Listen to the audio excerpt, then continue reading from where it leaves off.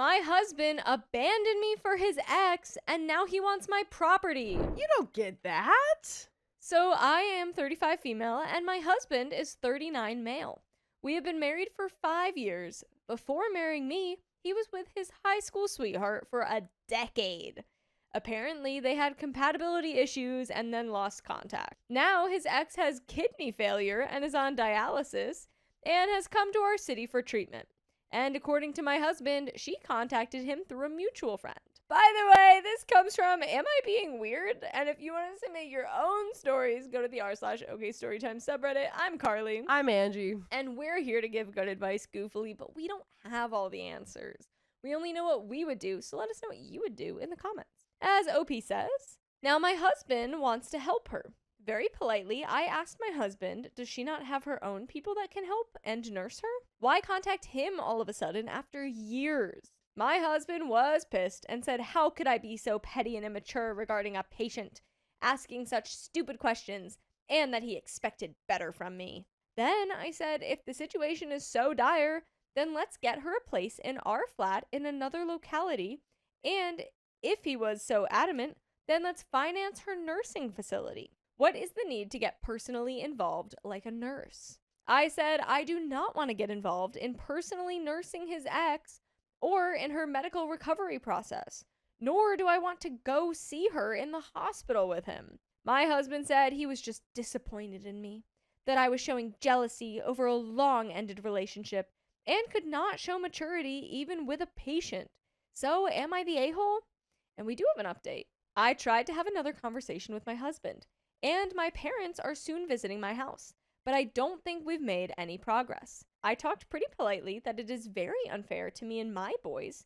I have 2 3-year-old twins, that he is willing to be an emotional support tool to an ex and is so heck bent on being at her side. Caring about acquaintances is a different thing, but offering things like being an emotional support tool or caretaker should be exclusive to one's spouse. Offering it to any third party, even if it's a platonic female friend, will be the foundation of an emotional affair, let alone offering it to an ex. You're a little insecure now. He told me that it is tragic that I don't trust him even after being together for 9 years. We dated for 4 years and have been married for 5, and accused me of having an affair. He said it is natural for people to care about their loved ones and acquaintances, especially when they are sick. And being an emotional support tool, being a caretaker, or being at someone's side is the bare minimum one can do, and does not automatically translate into an emotional affair. He said it is sad that I am so narrow-minded that I am taking offense at him being personally involved with his ex.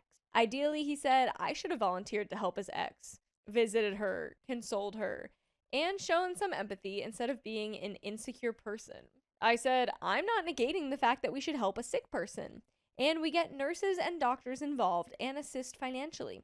But you offering emotional intimacy to her does not go down my throat. He once again said, tossing just money to a sick person is so cold-hearted on your part, and a patient needs to see that people are available for her. To which I said, I'm not obliged to be available for her, nor are you. Nobody will blame you for not taking responsibility for your ex's life troubles. He cut me in between and said what a selfish take that was, and that he would be selfish to not respond properly to a person asking for help. Then one of my twins woke up and our conversation ended. We have an update too. A lot has happened, and I feel kind of numb and dumb. So, as most of you expected, my husband and I are getting divorced. What? I was not expecting that. Yeah. His ex, who has kidney failure and is on dialysis, did not reach out only because she needed help. She reached out because she wanted him back. Her illness is real, but her intentions were not. She eventually admitted that to me directly, and she was quite blatant in this regard. Maybe her illness has made her irritable and scornful, but that is how it was. Right now, I feel strangely calm. It is not unexpected, but I am still unable to process that a man can leave a relationship of a decade with 2 kids. We dated for 4 years, have been married for 5, and have 2 twins who are 3 years old. Like this, with zero visible regret. My parents are with me, helping me stay steady for my twin boys who just turned 3. They are too young to understand what is happening, but they keep me grounded. After everything came to light, My husband admitted that she was the one who ended their relationship years ago because she thought he lacked drive and stability. He never really got over her. Seeing her again, fragile, vulnerable, and remorseful, reopened old feelings he had never dealt with. And in my mind, I was like, knucklehead, you could have admitted it from day one instead of gaslighting me. But I guess I was just speechless there. I actually met her by coincidence 3 days ago. My husband had been visiting the hospital frequently, and one afternoon he forgot his insurance file, which also contained some of our joint investment papers. Since I was disentangling things from him in the background while waiting for my parents to come and give my marriage a last chance, I had gone to collect it from the administrative office at the dialysis unit. The dialysis unit was tucked in a quieter wing, separated from the main outpatient block. Outside the renal chamber, the waiting area was attached. I was standing there waiting for the administrative officer to bring out the insurance file when she appeared with a nurse. She recognized me right away. And before I could even introduce myself, she told the nurse to give us room for a moment. The nurse was hesitant to leave an immunocompromised person, but she insisted on a couple of minutes of privacy. Then she asked me, "You are husband's name, wife, right?" I swear to God, I had not met this woman once, so I don't know how she recognized me in a glance. I said, "Yeah," and she asked me to sit down for a moment. Then she said, "I was planning to bring this up gradually to you, but it's better we met here. I guess today or tomorrow you have to know this. There isn't any use going around the bush, so I will come straight to the point. I know you probably think I'm intruding, but I never stopped loving him." I was like, what the actual F? No way, this is real. In reality, she was married to another man for a while who I guess passed in some accident. So it is not like she was some cinematic protagonist spending her life singly pining for my knucklehead of a husband, as she was sounding. I was the one who ended things, and I regret it deeply. I just want to be with him again, even if it's only for whatever time I have left. I swear to Almighty, sitting above 7 heavens, I am not exaggerating a single word. These were her exact words.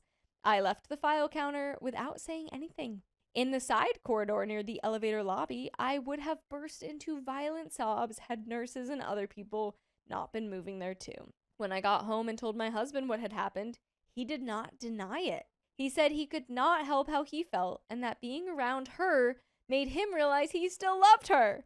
At this point, I did not think I had anything else to say. I am now a single mother of twin boys, and honestly, I am fine.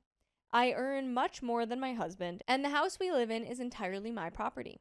The apartment is in the Southern Academic District, not far from the old university campus where I teach. It is a 3-bedroom flat on the 4th floor of a quiet residential block. I bought it 7 years ago when I was promoted to associate professor, using my savings and part of a research grant I had received for curriculum development. When this all came to light, I asked him to leave, and he did. It was not a dramatic fight. I told him calmly that if his heart was to go with her, that is where he should go. There is no legal obstacle in it. He had contributed little to the mortgage or maintenance, and the property was always mine. He did try to bring up that we are intertwined on other financial fronts, and honestly, even if it is partial entanglement, what complicates things now are the shared investments and educational funds we set up for our twin boys. By the way, you know what's never complicated? What? The fact that you can listen to full episodes with stories just like this. Just go to Spotify, Apple Podcasts, iHeartRadio, whatever your favorite podcast app is, and search up OK Storytime. A whole bunch of episodes there. Oh, yeah. Days, weeks, months. We have a little bit left. Wow. OP's got such better radar than I would have ever had. For real. So for real. good. Like, I mean, I guess I still probably would have gone without the, like, just name calling and stuff. Or, Yeah. I guess, titles being thrown out there of, like, emotional affair. Yeah. But, I mean, oh, she was right. Yeah. Sure, certainly also would have been on my guard, but she was way more ready for this. Yeah. It makes me wonder, too, if, like, other things were just already going wrong in the Yeah. marriage, that she I'm was like, curious. yeah. Yeah, because she, like, I don't know. You're just a poor victim caught in the middle of all of this drama here. You're just like that other woman in a rom-com. Classic rom-com. Unfortunately. Wife. Yeah. So sad. So sad. We have a little bit left. We have a joint mutual fund account, a children's saving bond, and a small commercial investment in a co-working space near the railway junction. The co-working space investment is another area of dispute. Although the capital came from me, the business registration lists both our names for tax convenience, which was his idea only. Now he is attempting to claim half the profits from the current lease cycle. My lawyer has filed for a forensic accounting review to prove the monetary trail originates from my personal savings. This is looking exhausting in theory only, and there are a few more entanglements that will be too much to type, and not to forget the legal proceedings of divorce, which we have not started yet, and not to forget custody stuff. And that is the end of that story. My husband demanded that I forget my late husband, so I decided to leave. Yeah, good for you. My 35 female first husband, John, passed away very suddenly 6 years ago. We were together for 8 years and happily married for 4. We never had children. 3 years after he passed away, I met my current husband, Ned, and we hit it off immediately. By the way, this comes from throwaway 9562357, and if you want to submit your own stories, go to the r/OKStorytime subreddit, and I'm Angie. I'm Carly. And we're here to give good advice goofily. We don't have all the answers, we just know what we would do in this situation, so let us know what you would do in the comments. So, OP says, we got married last year and everything has been great, save for one recurring argument. Ned hates that I still have sentimental items from my first marriage. I've tried to be sensitive to his feelings because I don't want him to think that I just settled for him because John passed away. I don't want to make him feel like I want him to compete or that I'm measuring his worth using John as a yardstick. Ever since the first time he expressed his discomfort with this, I do not bring John up around him, and I keep the things out of sight. I keep my wedding photos, other photos, wedding tape, home videos, gifts from John, and his old record collection in 2 large chests in the basement. The rest of his things I gave away to his brother and nephews. I have looked at them maybe thrice in the last 2 years, and usually at his family's requests. I don't want to throw them out or give them away because they signify an important part of my life, even if I'm in love with another man now. I'm still very close with John's family. Every year on John's birthday, we have a family reunion where we remember him. We eat, drink, tell funny stories, laugh at his most unflattering photos, watch home videos, including mine, play his favorite songs, and generally have a good time. It hasn't been a sad affair for at least 3 years now. John's family is very welcoming and have expressed interest in meeting Ned. He declined because he felt uncomfortable. I understand why, but they are also my family. He doesn't want to attend family events like the reunion, birthdays, or weddings, and I never force him, even though it does hurt my feelings that he wants to shut out my whole family.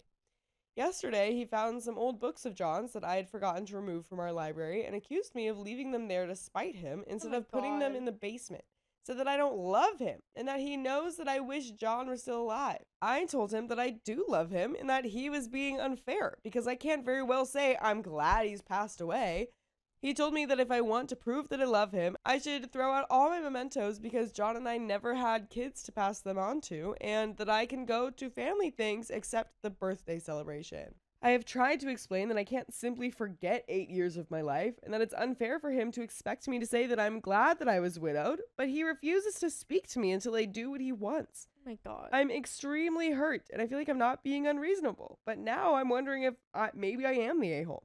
He wants me to throw out all the items, but I don't. Am I the a-hole? And there are some comments. Deleted says Divorce. He is being manipulative, bordering on gaslighting if I have the term right. Run. This is so beyond wrong.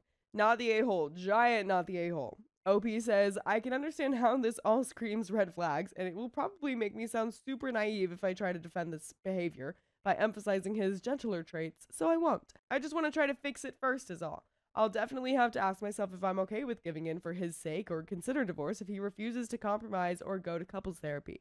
I hope this doesn't make me come across as weak because I just want to give us a fair shot at being happy together. Thank you for your perspective nonetheless. Another commenter says, not the a-hole. Oh, for F's sake, I'm in Ned's position. My wife was married before. Her husband passed away. 4 years later, I met her. 2 years after that, we were married. Some guy my age is no longer in the world, and that's how I got to be married. For me to be jealous of a passed away guy would be pathetic as well as pointless. It's not like he's competing with me for her affection. Ned is a peepee head. And Yeah. OP says, thank you so much for this. I was genuinely beginning to feel like there was something that I wasn't getting, and I'm so tired of explaining the same thing over and over again. I've told him that exact thing, that I'm not comparing them or making him compete with a passed away man, and I don't know how else to explain this to him. Flo Prag says, not the a-hole. Please do not give in into his demands and throw away your memories. You'll regret it immensely. Opie says, I'm so sure I'll regret it if I do. I'm now thinking maybe taking the chests down to John's parents' house and storing them there. I know they would be willing to take care of them for me. I just don't want to look like a pushover if I've not done anything wrong. And I'm starting to feel like I'm the only one making compromises. Because you are. You definitely are. And we do have an update from the next day. Oh my God. Get rid of this man. Totally. I mean, it's such a controlling move for him to pull. Like, the fact that, like, if this was something that was your choice of, like, okay, this is how I'm going to move on. Right. Throw away this stuff. I'm going to distance myself from those family events. Sure. But you, like, having to explain to John's family of being like, no, I can't do this because my husband doesn't want me to. Being forced. You're being forced. Ridiculous. It's absolutely not your choice. And then someday, if Ned decides to leave you for some reason, then you're gonna be left with this mess that he's made. But we do have an update the next day. I never thought he would try to tamper with my things, but I also didn't think he would ever behave like this when I married him. I would like to clear up a few things first. I've had a few hostile comments and DMs saying that I've been trying to make him uncomfortable by asking him to family things, forcing my idea of normal on Ned, and even, quote, forced him to be in a polyamorous relationship with a ghost. I don't see how, because I changed my name. I go out of my way to not mention or do anything related to John, save for the one day a year when we have the reunion. I even used to celebrate mine and John's anniversaries and wore his ring, but I stopped doing that before Ned and I met. I don't even mention the traditions we had out of respect. I do miss him sometimes, but I'm not pining and I don't verbalize it except to my therapist. Therapy helped me immensely here, and I'm working my hardest. I didn't try to make Ned come to the birthday reunions with me. I only suggested the reunion after he accused me of spending it pining for John. I wanted him to see that that's not true. I did ask him to come to John's brother's wedding with me and my nephew's birthday, and he said no both times, citing the same reasons. My therapist helped me frame some points to tell Ned that we needed couples therapy. John's brother, Tom, came over and helped me move my stuff so we could take them to his parents' storage tomorrow. Ned finally came out of the den and lost his mind when I told him that therapy is non-negotiable. He tried to stop us from moving the stuff a few times, accused me of violating his trust by asking for help, and that Tom and my relationship is inappropriate because we're not related anymore. He claims he asked me to get rid of the stuff in the chests, but the actual chests belong to us both, and that I have no right to take them away. That I am being manipulative by not trusting him with my stuff. He didn't give me an answer regarding therapy. Honestly, I just let Tom do most of the shielding at that point because I'm tired of repeating the same thing, and I felt so spent that I just couldn't find it in me to shout over him to be heard. I was able to get some things together, and now I am currently at Tom's. I'm so grateful to him and his wife for breaking quarantine for me. Now I'm just trying to manage my anxiety, at least until I can talk to my therapist again. I know everyone wants me to say that I'm definitely going to divorce him, but I need a moment to collect and process. I promise I'm thinking about how to take care of myself and keeping the separation and divorce in mind. I went from being giddy with love to being frustrated but hopeful this morning to considering divorce in the evening. He's blowing up all our phones now, but I'm very tired and I just want to sleep. And there is a second update, but oh my gosh. Totally understandable that you just need space and you're still considering divorce, but you just need to reflect on everything. That's so understandable.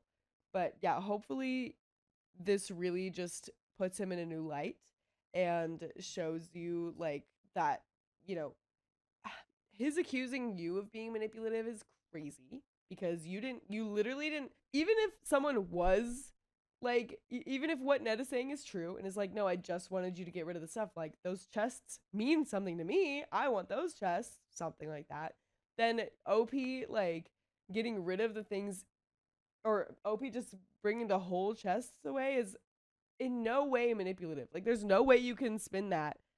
Someone getting rid of a chest of stuff is not manipulative at all, ever.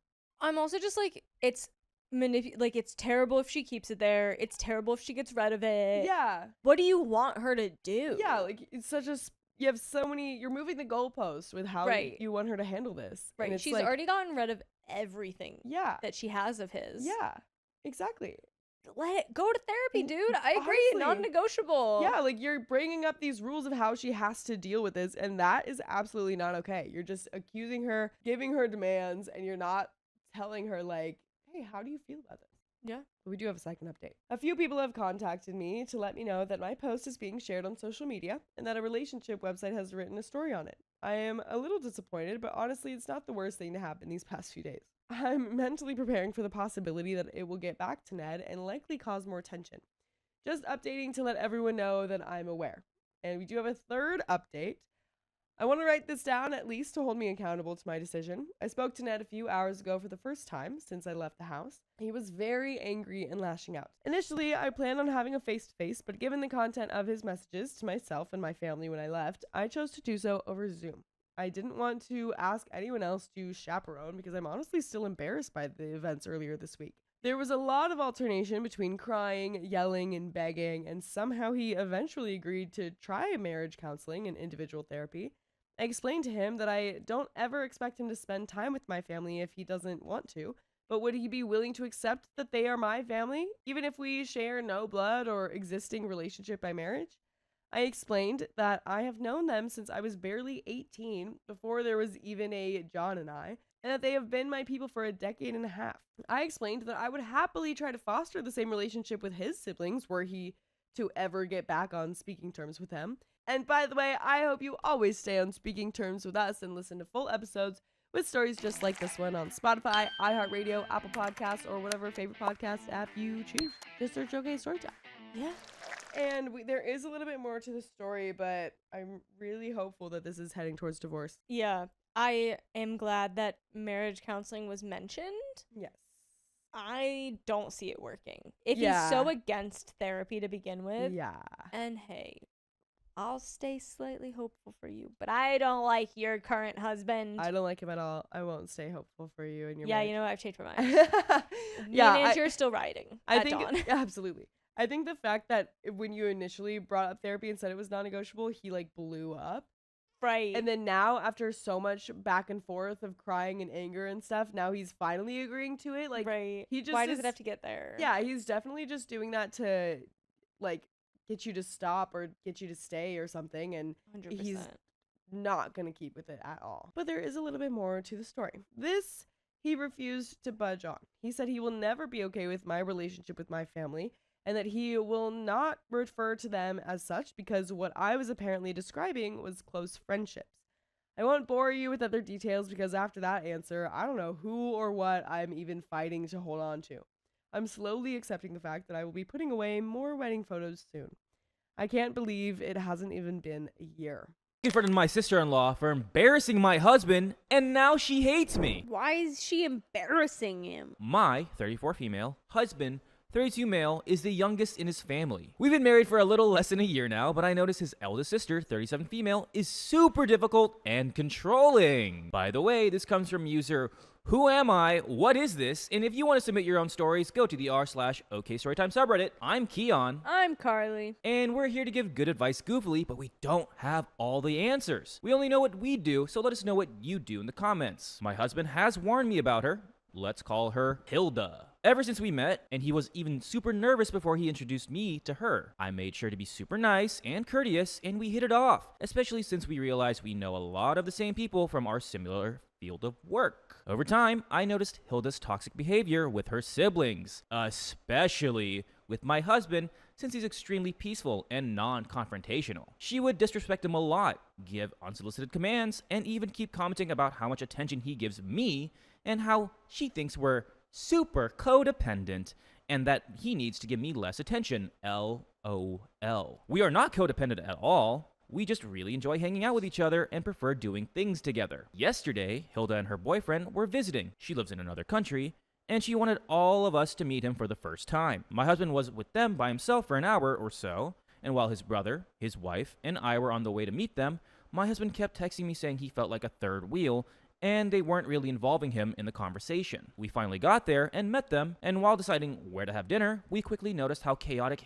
Hilda was acting, ordering us around to call restaurants and check for bookings to go this way or that way, and to hurry up because it was late and we needed to eat. My husband, Hilda, her boyfriend, and I were sharing a car, and my husband was driving to the restaurant. We were chatting and it was normal until Hilda decided to make fun of my husband and his slow driving and kept being super annoying, telling him to hurry up and drive faster. She even kept interrupting her boyfriend when he was telling stories just to tell my husband to hurry up. Then when the brother and his wife called to say they arrived, and we still had 15 minutes to get there, Hilda went full-blown bully. She kept disrespecting my husband in front of her boyfriend, and my husband was trying his best to bite his tongue. It was so obvious that we all got uncomfortable, especially the boyfriend, who kept saying, "It's okay, we're taking longer.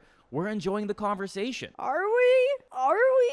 I think he's just trying to I know, I get it, but who's enjoying boy, this? What? The last straw for me was when we got to their area and it was crowded, and my husband was trying to make a U-turn to get to the restaurant. Hilda told him to stop so she and her boyfriend could get out and walk to the restaurant before we could go and find parking. But my husband couldn't stop because there were cars moving all around. Hilda then threw a tantrum and kept berating my husband for not being able to stop on the spot when she wanted him to. It ruined the whole mood. Eventually, my husband stopped a little further down the road and they stepped out. I was so upset and almost tearful walking into the restaurant, and my husband kept calming me down, saying it doesn't matter and he doesn't care what she says. I told him she ruined our mood by being disrespectful, and I'm not going to mask being happy so she can have a fun night. We sat at the table, and we were obviously in a bad mood. Hilda turned to my husband and said, "Are you guys okay?" And he said, "We're just tired and hungry." She noticed how I wasn't engaging in the conversation at all, and she turned to my husband again and said, "If you guys don't want to be here, no one is forcing you. You can leave. We came here to have a good time." I turned to her and said, "What did you say to my husband?" And she said, "I was telling him how if you guys don't want to be here, I don't want to force you. You can leave." I said, "Personally, yes. I don't want to be here, and I will leave." My husband then said to the group, "Okay, guys, we're heading out. Enjoy the rest of dinner. It was a pleasure meeting you, boyfriend." And we walked out. Nice. I would look at the boyfriend like, "You hungry? You go with us." Nah, get out of there. My husband agrees with me that she was out of line, but he hates being in any kind of conflict and is stressed about the situation. I feel like setting boundaries is very important, even if it means having to be in a fight or whatever. Was I the a-hole for instigating walking out and causing a rift between my husband and his sister and making her look bad in front of her boyfriend? And there is an update. I don't think you're an a-hole. I think you were just responding to a question of hers. She was giving you sass. She said, "If you don't want to be here, just leave." And you said, "Okay, bye." You didn't ruin anything. If anything, She's ruined ruining it. it. She ruined I it bet all by it herself. was terrible after you left for them. You were nice enough to take your night off to meet up with her and her boyfriend. Try, to look good. Try to impress the boyfriend, or at least get to know him. I wouldn't be shocked if they break up. I wouldn't be shocked if she doesn't blame OP and her husband. I'm like, "You guys ruined it for me. No, you guys I'm sure embarrassed she me." will. I'm 100% sure she will. No, OP, you're not the a-hole. If anything, Not good the job for a-hole. standing up for yourself and not letting it just slide on by. Everyone told me that I had the right to walk out, and she was being extremely rude, which made me feel sane because sometimes I feel like I'm the crazy one with my reactions to very obvious instances of disrespect that the whole family seems to brush off. After the incident, I talked to my husband and told him that I will not tolerate disrespect from Hilda, and what she did was extremely out of line. I also told him that it is extremely upsetting when she disrespects him, and while I understand his stance on being the bigger person, a line needs to be drawn with Hilda. He agreed and said he would talk to her. The next day, they had a day planned with the boyfriend, which I thankfully apologized for before this whole thing happened. My husband's brother, Jacob, called him before the outing, and we all discussed what happened. Jacob tried to explain how Hilda doesn't have bad intentions, etc., and I told him that I never said Hilda was malicious. I just think as adults, when someone is disrespectful, the bare minimum is to acknowledge and apologize. After a long back and forth, they agreed that Jacob would ask Hilda to have a conversation about what happened with Jacob present before going to their thing. And I told him I don't think I should be a part of this conversation since I'm not part of the family, and I personally wouldn't want to initiate the conversation with her. When I saw my husband after, he told me the conversation went very well, and she was super receptive and empathetic. She apologized to my husband, and she told him she was very worried that I judged her negatively based on this incident. My husband told her that she could talk to me about it and that I am a very understanding and empathetic person and I will hear her out. I was happy for my husband, but very skeptical. Honestly speaking, and knowing how self-absorbed people think, she only apologized to my husband and acted understanding because she didn't want me to judge her further. Girl, she's already been judged. Yeah. Too late for that. Yeah. You've been judged. Anyways, I told my husband of course she can talk to me anytime. I waited, and she never reached out. LOL. My husband hinted at me initiating, and I freaked out on him, telling him in what world does it make sense for me to initiate this talk? If she has a pride problem, then it's her problem. Fast forward to yesterday, which was her last day, after a long day at work where I finished at 7:30 p.m., my husband told me they were having a family dinner at their parents' at 8 p.m. to say goodbye to Hilda. I told him that I didn't have the mental capacity for that right now, especially knowing that there might be a back and forth with Hilda and not knowing how she planned to bring it up or how she would deal with it considering her pride issue. I texted in the family group that I apologized for not being able to make it today and wished Hilda safe travels. My husband went without me, and apparently, Hilda brought up the fact that I didn't come, and they all had a talk about it. This is where I'm afraid where OP's hubby's gonna be. Gotta step up a little bit right now. Hubby's gotta talk for two. Dude. Yeah. Let's hear it. As I suspected, Hilda is now saying that she doesn't think she was rude to me at all, and she has no reason to apologize to me. My husband told her that she was in fact rude and that she does need to apologize. Hilda suddenly twisted the narrative and talked about how since the day she met me, she'd been trying to build a relationship with me, but I don't reciprocate. By the way, you can build a relationship with us by listening to full episodes with stories just like this. Go to Spotify, Apple Podcasts, iHeartRadio, or your favorite podcast app and search up OK Storytime. We have so many stories, so we can start from the beginning and build this relationship to the present. I mean, we don't have Hilda's side of things. Maybe she does actually feel that way. To me, it feels like a tactic just to not have to apologize. It's a tactic, but it's definitely just to show face. Try to save cover her anything. Yeah. I've been trying to build a relationship with her, but it's like... Okay, well, be nicer to her then. But let's go ahead and finish up the story. I have no idea what she's talking about here since I'm the one who pushes my husband to give her attention. And I'm the one who pushed that instead of getting her generic flowers for her birthday this year. We should pitch in and get her a personal antique item that she would enjoy. Besides, this argument has nothing to do with the main issue. Anyways, long story short, I know I've been petty with not initiating and not going to the dinner, but I think it's a matter of principle. Also, I told my husband that if she doesn't want to reach out and talk, then that's something she's deciding. And I won't try and solve this issue for her. Am I the a-hole? Not at all. No, she's just one of those people. I really hope... first off, I don't even know where she's going, but like, bye. Yeah.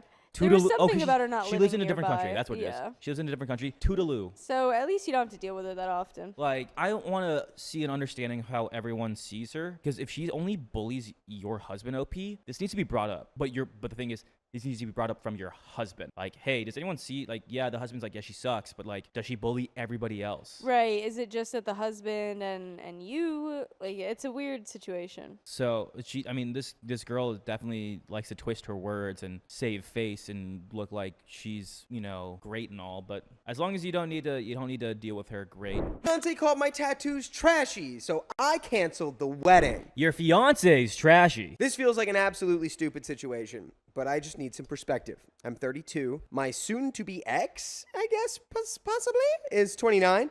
And we've been together for almost 6 years now. And I have been tattooed this entire time. I got my first tattoo at 17, and I never really stopped. They're all very visible, and I'm pretty much tatted everywhere but my face. By the way, this comes from user Throwaway Tattoo Prob. And if you want to submit your own stories, go to the r/OK Storytime subreddit. I'm Dakota. I'm Keon. And we are here to give you good advice, goofily, but we don't have all the answers. So if you would do something different from us, just let us know in the comments. I have a good job. I make good money. I'm a good guy, even if that's maybe weird to say about myself. And my partner has always had good things to say about these things. However, apparently she secretly hates my tattoos or something. I came home early a week ago and her mom was at our place, as she often is, but they clearly didn't hear me come in and they were talking about me. I'm not the type to eavesdrop, but it didn't sound great, so I did.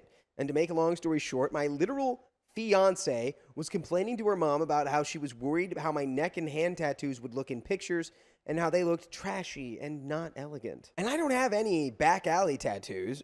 All my stuff is well done. My first tattoo at 17 cost me $3,000. Damn. that I saved up for multiple summers as a kid. And I've always had a vision, so it's not like I'm covered in crap. I was just so effing shocked. Sorry, you didn't think to mention this to me in the 6 years we've been together when I proposed to you? Throughout the entire wedding planning? I got very, very angry the more I listened, but I don't like to be a yeller, so I had to regroup first, for sure. But it was a short interaction, to be honest. I just went into the room and was like, if you think I'm so trashy, then you don't have to marry me. And then I just left. I've been staying at my brother's place all week, and of course, my fiance and her family have been contacting me, but I've kind of just let them go. It feels wrong to get so bothered by something seemingly insignificant, but I feel like I've seen a part of her I can't look past. Am I the a-hole, or would I be the a-hole if I call the relationship off completely? Comment 1 says, you're not overreacting. The issue isn't just that she dislikes tattoos, it's that she's hidden her real feelings for 6 years and only expressed them behind your back. That is a breach of emotional honesty, and it shakes the foundation of trust. Her comments weren't about aesthetics, they revealed judgment and possible shame about how you represent her publicly. That's not something to brush off before marriage. Reply says this, all of this, as someone with tattoos, this would be a deal breaker for me. There are plenty of tattoo-free fish in the sea. Why even date me in the first place if you hate tattoos? Or, a reply says, it hasn't been a big enough deal to ever bring up, because everything else in the relationship is fine, and she took one little pet peeve she doesn't think about that often and vented about it with someone else. Reply says, little things we ignore and don't communicate for the sake of our partner build up over time and stop being little things and become a festering sore spot for the relationship. Comment 2 says, like so many posts here, is there a reason you can't just start with a conversation with her first? A reply says, I think it's fair to try to get an outside perspective and make sure you're seeing clearly before bringing up an obviously emotional topic with your SO. A good half of the fights hubby and I had at the beginning of our relationship could have been prevented with some outside perspective before we tried to talk about it. I'm not saying you should share your business with everyone you know before talking to your fiance. The opposite. Do not do that. It will not be remotely helpful and can damage their relationship with the people you know. But getting an anonymous opinion about it in case there's an angle you're not seeing can be very helpful. A reply says, I mean, she had 6 years to start a conversation about them to OP and didn't. Reply, I don't think she would have ever dated the dude or got engaged if she truly hated the tattoos.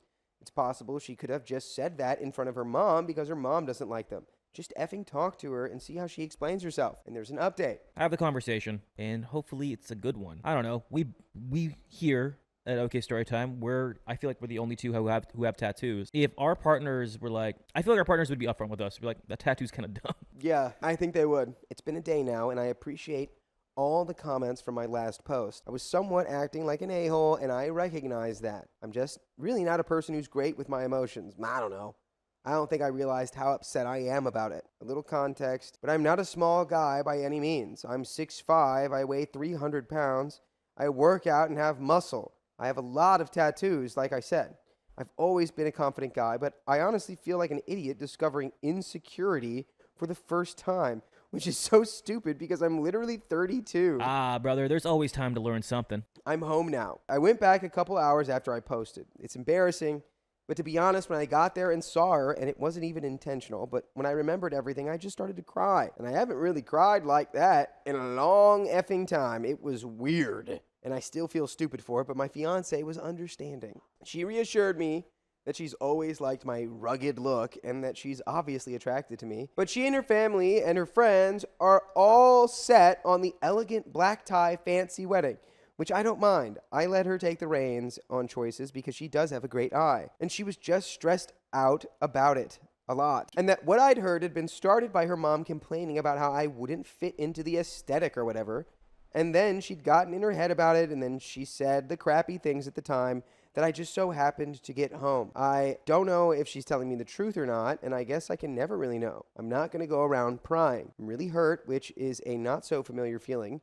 It just really hurts that she didn't stand up for me. I've known many guys in the past who have made inappropriate jokes or weird comments about my lady, and I'm effing quick to shut that down. And here I was thinking those actions were mutual. I guess not. I just don't want to marry her at all in this mindset, really, but I also don't want to end things after 6 years. It's been a long time and a special time. I do love her, but no decisions are really set in stone right now. But we're not separated, so that's something. But I'm usually the type to shrug stuff off, but I'm finding it difficult to get rid of this one. But you'll never get rid of us, because you can listen to full episodes with stories like this whenever you want on your favorite podcast platform, iHeartRadio, Spotify, Apple Podcasts, wherever you listen. Just search OK Storytime, and you got a whole plethora of stories to listen to. We just wrapped up dinner, and I'm not really angry anymore. I just feel sad and pretty stupid for thinking things were fine when they're clearly not effing fine, but that's that. Maybe I'm just an emotionally stunted loser for getting so worked up about all this. Sorry for the depressing update, but that's life. And thanks to everyone who gave me useful advice. It did help gather my thoughts. She mentioned counseling, so maybe that's worth a try. But hey, on a positive note, to the one person who asked, I do indeed have a beard. And it is a very nice one. Oh, this guy's just rubbing it in now. I see this guy. This in my guy's a mind's Viking. eye. This guy's definitely a Viking. Just be like, oh, did you just like when you were 12, you decided to make your entire personality the action figure aisle at the toy store? He'd be like, shut up, nerd. And then he'd crush me into a small pile. He'd take his arm and just compress me into the ground. He'd just clap and you disappear. Comment 1. At minimum, all wedding planning needs to be put on hold indefinitely. If a date has been picked, cancel it. Everything can be rescheduled until you know for sure whether your relationship is going to make it through this. If there are some fees involved, it's still a lot cheaper than divorce. If your fiance is sincerely remorseful, she will fully understand. If she throws a fit about postponing, then you'll know for sure she isn't really sorry, but only said she was to shut you up. That is so not true. The whole context is she's already massively stressed out about the wedding. Now you're going to say it needs to be postponed and canceled. She's going to throw a fit. It's gonna stress as me out. anybody would. Like, it's being like, yeah, and if she can't accept that, that shows you. That's so stupid. That is so stupid. Relationship counseling will be wise. I agree with that. She needs to prove that she will have your back going forward and will shut down anyone who talks crap about you. Crucially, her response to postponing the wedding is an important first test. If she pushes back on that, you can be dang sure that's the first step towards minimizing how much she hurt you. If she agrees and is committed to having your back against any family members that complain, that's a good sign that she's willing to put her money where her mouth is and learn from her F-ups. OP says, yeah, we'll definitely be pushing it back, which sucks, but it's necessary. And that's the end of that story. Hey, man, maybe I'm just hearing in my head, not what she said. But from what you said, doesn't sound like she really went that hard on you. My friend's girlfriend keeps touching my husband, so I confronted her. Stay away from my husband. Some background. Myself, 32 female, and my husband, 33 male, have been together since 2017. Married since 2022. Him and his best friend, 30 male, we'll call him Kevin, have been close since 2016. He was the best man at our wedding. By the way, this comes from Deleted, and if you want to submit your own stories, go to the r/OKStorytime subreddit, and I'm Angie. I'm Carly. And we're here to give good advice goofily, but we don't have all the answers. We just know what we would do in this situation. Let us know what you would do down below. So OP says, we've always gotten along well, but don't have our own friendship. I don't see a reason to speak with Kevin outside of when we all spend time together. One of our other friends, 30 female, has been friends with all of us since the beginning too. She introduced me to my husband actually. They're good friends to this day. Kevin has a baby with his girlfriend, 34 female. Together we make up a 5-person friend group. We have game nights and go out to do fun stuff, beach days, get together and such. Kevin's current girlfriend is kind of an outlier, since the 4 of us have been friends for so long and she is more new to the group. I've never had an issue with her until recently. To start things off, my husband has never given me a reason to not trust him. This isn't about that. It's about not trusting her or feeling like she's disrespected boundaries. It started small, like she would be naturally feeding her baby in front of us, not an issue at all, but would repeatedly bring attention to the fact that her front airbag was out. That rubbed me the wrong way. She kept saying, I'm so sorry, my biddy is out. And I'd catch myself noticing, like, if you are sorry, why do you continue calling attention to it rather than fixing it if you think it's something that you need to apologize for? Another time, she was wearing a dress and was sitting on the floor near my husband. I don't remember what we were all talking about, but she brought her leg up, pointed her toes towards my husband, and laughed more than once. That was weird. I didn't say anything, but I remember feeling like it's not appropriate. I'm always mindful when I wear dresses. I definitely wouldn't lift up one of my legs while sitting sitting on the floor and point it towards a man that isn't my significant other. She's made comments to my husband like, I'm going to call you once a week to talk about Kevin since you're his best friend. That is weird. I hate that. That's very weird. That time, I did speak up and said, no, you're not. Get a therapist. And we all laughed it off. Do it, though. Yeah, I'm guessing that was like in a context of like saying something about Yeah. Kevin being annoying or I'm something like that. sure. That's so weird. Then she kept doing stuff like saying to my husband, maybe we can be workout buddies, when he's expressed that he's wanting to get back into the gym soon. Then she backtracked and said, not like in person, just like text each other so that we can be accountable. You didn't say anything, neither did I. They're not friends.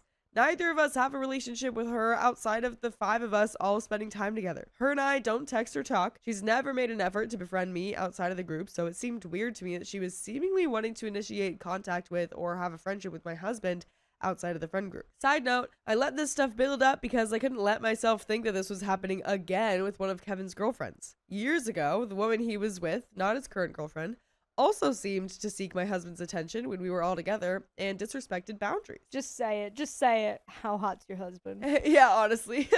How hot is he? Tell us. Just Tell us tell how hot us. he is. Brag a little. Come on.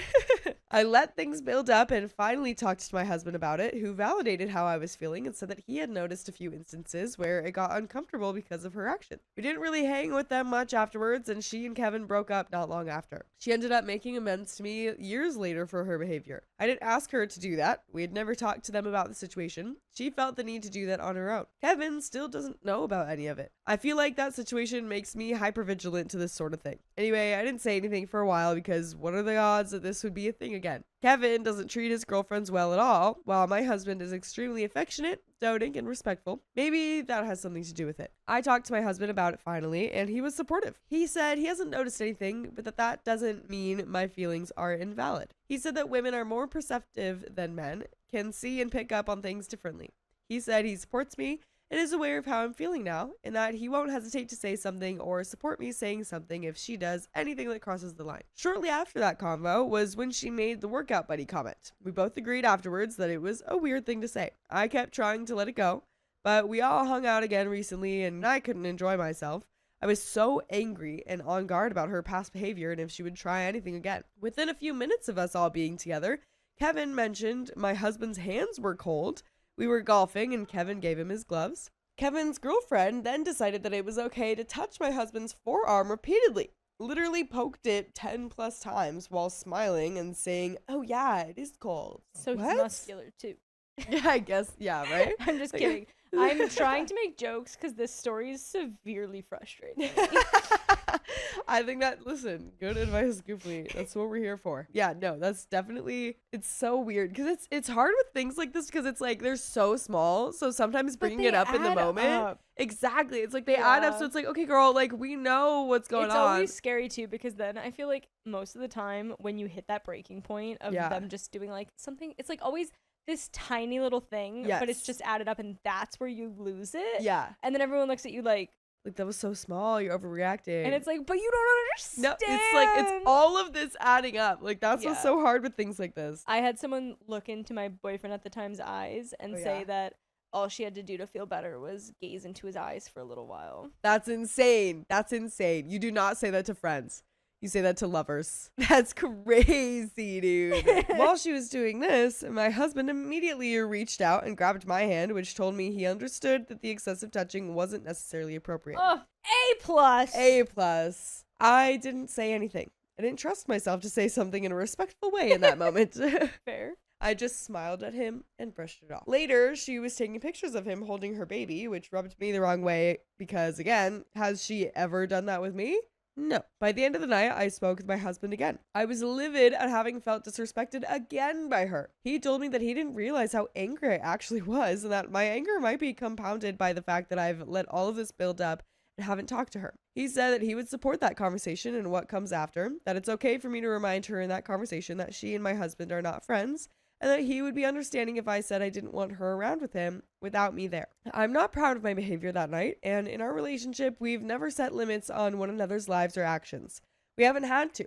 I think I was just extremely triggered by the situation. It was the worst feeling. I haven't felt it in a really long time. I will interject to say that I don't think that that's like a controlling boundary to just be like, don't hang out with her one-on-one, right? Yeah. I feel like that's you being like, hey, I'm really uncomfortable with her in a group setting already. It seems kind of obvious you wouldn't hang out with her alone. Yeah, also, like, he brought it up. It says he would be understanding if I said I didn't want her around him without me there. That's, okay, so not one-on-one, but OP can't go to the group hangs. She still doesn't want him to go. Yeah. Okay, But if that- he's bringing it up, That though, was, he brought that up. Yeah. Like, that was his idea. your husband sounds so nice. I know. Aw. Like, yeah, I think it's all about, like, how you bring it up, though, too. Like, Yeah. if she just straight out said, like, you're not allowed to do this, then, Right. like, obviously that's But if controlling. it's like, hey, here's how I've been feeling, and he's like, oh my Yeah. god, then what? How do you feel about me saying like I won't hang out yeah. without you? In this specific situation, it's not like, oh, it's just like some Right. random thing. It's like, well, no, this happens when she's around. And if like me talking to her doesn't help, then like, that's kind of all that we have to do is Right. to make her stop is Can't just not be imagine around how her. much worse Yeah. if OP's not around. Yeah, right? Fast forward a few days later, I called Kevin's girlfriend. I figured I would open that line of communication, be a grown-up, use my voice, and say how I feel. I was completely respectful, gave specific examples, not all of the ones mentioned above, just 2, and told her that I wanted to understand where she was coming from. I let her know that I love them, want to be a part of their lives, want us all to continue hanging out as a friend group, and want to get on the same page and set some boundaries so that this won't continue building. She seemed receptive, apologized, and said that she doesn't realize how the things she says comes off sometimes. She said she doesn't really have friends, let alone heterosexual male friends, and that she doesn't get out much because she's always with her and Kevin's baby. I heard her out and told her that I never assume her intentions are bad. It seemed like the convo ended well. We said we're happy to have the line of communication open between us more so now. Then yesterday happened. My husband and I went to a friend's and Kevin was there. Not with his girlfriend or their baby. My husband and Kevin hadn't talked since Kevin's girlfriend and I had a conversation. I hadn't told my husband specifics about our convo, but let him know that it went well. Kevin pulled my husband aside to make sure that they're good, since his girlfriend and I talked. I wasn't a part of the conversation, but overheard certain parts. Like Kevin saying that screams insecurity to me. I trust my girlfriend. I trust you. I was going to invite you golfing, but didn't know if we were okay. Stuff like that. My heart literally sunk into my chest. The conversation between Kevin's girlfriend and I was supposed to squash this, not make it worse. And my husband reassured me that it wouldn't affect he and Kevin's friendships, that Kevin wouldn't care. I specifically asked that before I spoke with her, letting my husband know that I never want to interfere with him and Kevin's relationship. Anyway, I felt like I did something wrong. I talked to my husband on the way home, and he said that I didn't, and that he and Kevin are fine, but that Kevin's girlfriend feels like she needs to walk on eggshells now or be careful about things she says when we're all hanging out. And by the way, you never have to be careful when listening to full episodes of stories just like this one. Go to Spotify, Apple Podcasts, iHeartRadio, or whatever your favorite podcast app is, and search OK Storytime. There is a little bit more to the story, but what are we thinking about this so far? I hate these kind of girls with a freaking burning passion. Yeah, dude. Yeah, because it's like, well, I mean, yeah, you kind of do have to be careful about what you're saying. Like, obviously, like, your things are making people uncomfortable, and you didn't know that. So, yes, you Right. do have to be careful, but that doesn't mean you need to, like, go to your husband. Right, we're and- not like censoring ourselves. We're just not touching OP's husband or like Yeah. flashing him up our dresses. Yeah, right? It's like pretty obvious things are the only things that need to change. yeah. Barely. Right, because it's like, okay, well, so in your eyes, girl, like, if you really did see this in a way of, like, you know, I actually don't need to do that much, like, just need to tweak, Yeah. like, what would that look like to you? Because, like, it's gonna be uncomfortable since you Right. seemingly didn't realize this was a problem before. But there is a little bit more to the story. Ugh. I'm like, all she has to do is literally think before she talks and it'll be fine. I've known Kevin for much longer than his girlfriend has known my husband, and I would never do the things that she has done or say the things that she's said. I felt like if I didn't say something, it would continue to get worse and she'd keep crossing boundaries. I didn't want that to happen. My husband said that I can't control how she reacts to our conversation. I just hate that I feel like Kevin thinks that I don't trust my husband or that I'm insecure. Am I the a-hole for feeling this way? For having that phone conversation with her? And what's our answer? No. But that's the end of that story. My wife's new friends convinced her I'm a loser, so I revealed my net worth.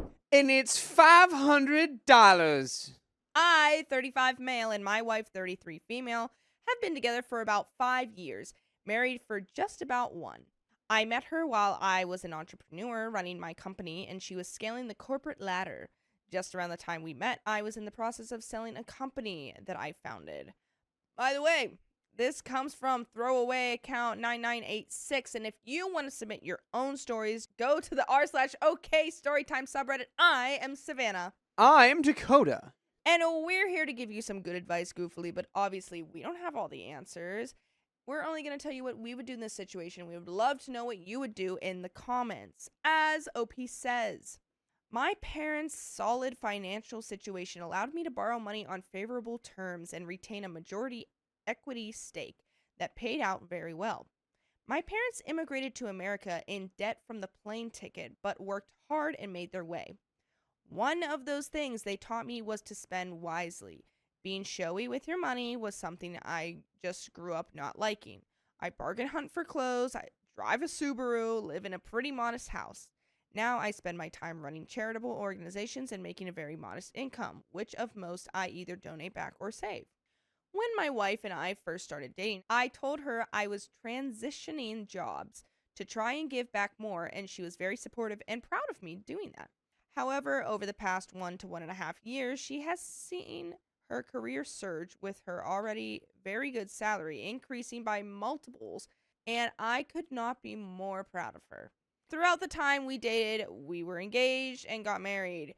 I never really revealed the extent to which I had money, however. So on to the argument. As my wife's career took off, she became surrounded by more successful people. Most of these people are pretty nice, but there are some people who I don't like, particularly this group of girls who my wife became friends with.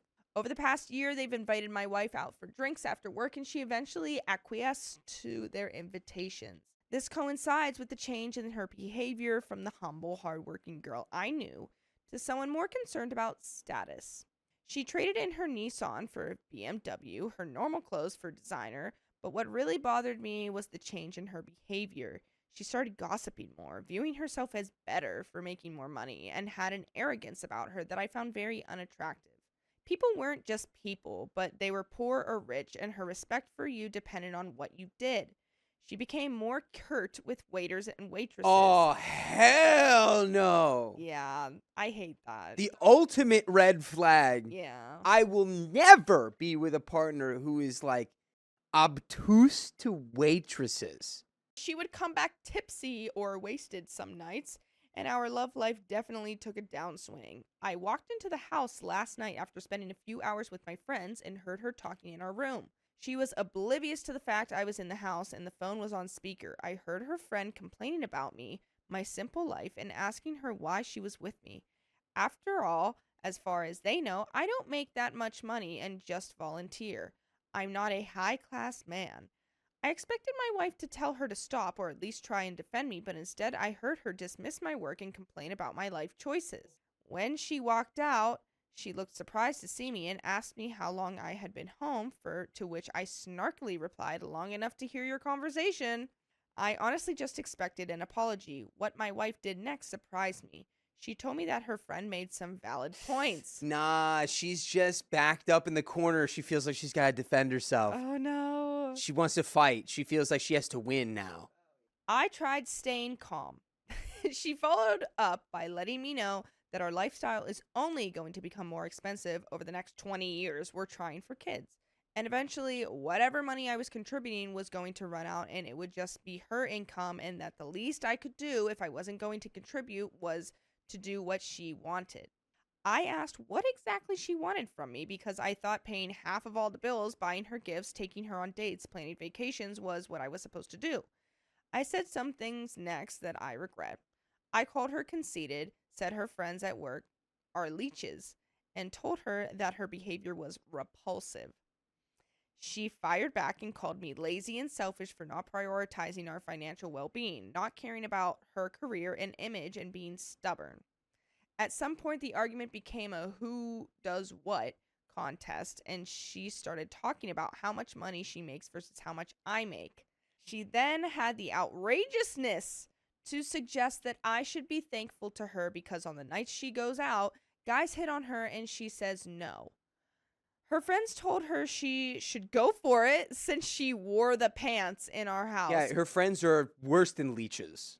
They're like the parasites inside the leeches. Not wearing the pants in the house.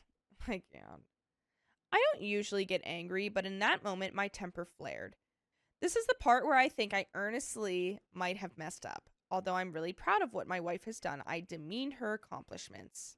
I dropped the figure behind the obscenely high payout I received when I sold my company, the smart investments I made after, and just how much money I'm worth. To add insult to injury, I ended by calling what she makes pennies I wouldn't even piss on.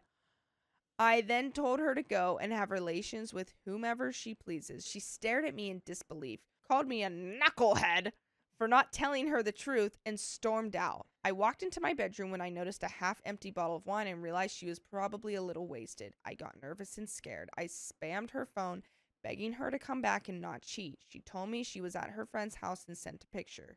She went to work this morning, and I've texted her and tried to call her all day, but she barely responds. I've made her dinner and want to set things right. Now on to some comments. Comment 1. Stop chasing her. You're validating her entire behavior. Tell her she can stay gone if she continues to act the way she does. OP says she's about to get back from work and we're going to have a very serious talk that the future of our relationship probably depends on. I think I'm going to have to figure out exactly why she's acting the way she is and maybe get her a therapist or marriage counseling or something if I can't work it through with her. I won't say I didn't consider just letting her go, but she truly is/was a great person who can be incredibly thoughtful, and I'm not ready to give up on that just yet. Either way, the wife is just about here, and I'm going to have maybe the toughest conversation of my life. Someone replied saying, why are you blaming everything on your wife? You kept your net worth hidden from your wife. You are married, not dating. You made a commitment to each other. You kept your net worth secret. Why? You both need marriage counseling, not just your wife, but you, because you obviously have trust issues. A lie by omission is still a lie. I disagree with that. I guess the amount of money I'm playing with in my head is like a lot of money. Yeah. And like it changes people. It does. Comment number 2. You lied to her for your entire relationship and you pissed all over her accomplishments, which she achieved with her own work. How is she supposed to know that you have FU money and can contribute to a child's life when you've lied all along? And you got that money by being just as driven and ambitious and image conscious as she is now. But since you cashed out, you're suddenly above that? I cannot tell you how betrayed I would feel if I learned that my husband had not been honest about his financial status for the entire time I knew him. That kind of deception would be a deal breaker for me. You think she's vapid and shallow, but she didn't lie to you. You lied to her. Comment number 3. I can't wait until all her snarky friends find out you're ultra wealthy. Yeah, watch all her leech friends try to then play steal your man with you. That's what they'll do. Right? And then be like, oh, well, he wasn't really that bad. Say, how many zeros? Yeah, right? Oh. Comment number 4. You're newlyweds and she's out clubbing. Don't cry, beg, or validate her behavior. Only calm, civil, strong, and confident behavior will receive her respect. You both said ugly things, but her behavior and friends triggered this. Unfortunately, you can't fix this. Her friend group is toxic in general, and also to your marriage, as well as her bad attitude. Since they encourage adultery, you should insist on zero contact. She is no longer the woman you married, nor is she the role model you envision for your future kids. Now we're going very far there, but I do agree with the things about the friends. Her friends were literally encouraging her to cheat on you. Frankly, I don't see her currently as a good candidate to reconcile. I think you need to motivate her. Let her see you taking the initial steps to terminate the relationship. See an attorney. In order to save your marriage, she must believe, bluff if necessary, you are willing to walk away. Finally, her comments about you not carrying your own weight actually burned a bridge. She's angry because you got to see the real person, materialistic, shallow, selfish, entitled, and zero empathy for you. Don't allow her to turn this around on you. Withholding your personal wealth is not on the same level as her showing her true face. There is an update. And again, it might not even be her true face, but it's her money face. It's her I have more money than you now face. That's her face. All that stuff about her, like, that's just overblown. It's not black and white. It's gray. You know, I think that she can come back. There is definitely a chance for her to come back down to earth here. Update. She came home to dinner last night, teary-eyed, and handed me a piece of paper. I got teary-eyed and said, "Please don't divorce me." She laughed and said, "Read it." It was a shoddily written up agreement where she basically said, "I won't take your money if anything does happen." I ripped up the paper and just hugged her. She spent the night at a friend's house that I actually know, not one from work. My wife's friend's husband was away on a trip, so it seems they had a long talk. She first thanked me for making dinner and started off by apologizing. I guess her friend told her she had become more distant and different than the person she knew and wasn't surprised we had an argument. She apologized for not defending me and wanting me to be someone different. She also specifically apologized for her comment about not cheating on me in hopes I know she would never ever consider infidelity. She then explained that while talking to her friend, she realized her career motivations stem from feeling less than others. She's a very bright person, but did not get the recognition she felt she deserved earlier in life and didn't want that to be taken away for not fitting in. She didn't want the others to think I was a loser or worse than their husbands. She also said that it wasn't an excuse to demand me to change who I am and that she's proud of the work I do. Part of the reason she married me was because I had a sense of purpose. She just didn't realize I had won my monetary race and was now focusing on the philanthropic race. She also said that she was sorry for making our relationship about money. I also owed her an apology for not being fully transparent with the money I earned. She knew I sold a company. I told her my financial future would be secure and had alluded to figures in the past, but not giving her an exact amount was probably a crappy thing to do. I never wanted anyone to be with me for money. Yeah, then I understand why you wouldn't say something like that, you know? It's not you were like, oh, I'm a penniless man. I have no money. Oh, you were like, I have enough money. Our financial future is secured. I'd be like, all right. That sounds great. Go ahead and be a philanthropist. She felt blindsided by the disclosure and walked out in part because she felt ashamed for talking about her wealth when I made more, upset that in comparison her accomplishments seemed meager, and in part because she felt I didn't trust her. If I were in her shoes, I would probably also feel a little betrayed. I also apologized for telling her that she earns pennies I wouldn't even piss on. It was a demeaning statement and invalidated her hard-earned accomplishments. She really is an incredibly smart and driven woman, and I love her for that. For me, being rich and not spending it on frivolous things was what I thought of as impressive. In terms of our monetary situation, we agreed that we should probably wait a little for kids so that we can work our situation out first.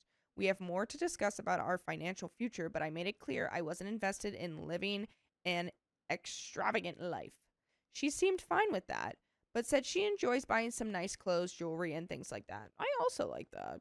I would love, like, if I could, like, afford, you know, like, designer stuff that I actually liked. Yeah. People like nice things, you know. Yeah. I just like it when things look nice. But I also am like, there is a level of price where I'm like, I don't care how I will never pay that. Oh, yeah, same. It's like the $1,300 T-shirt. It's like, Yeah. no, I'll hunt you if I find out that you bought that.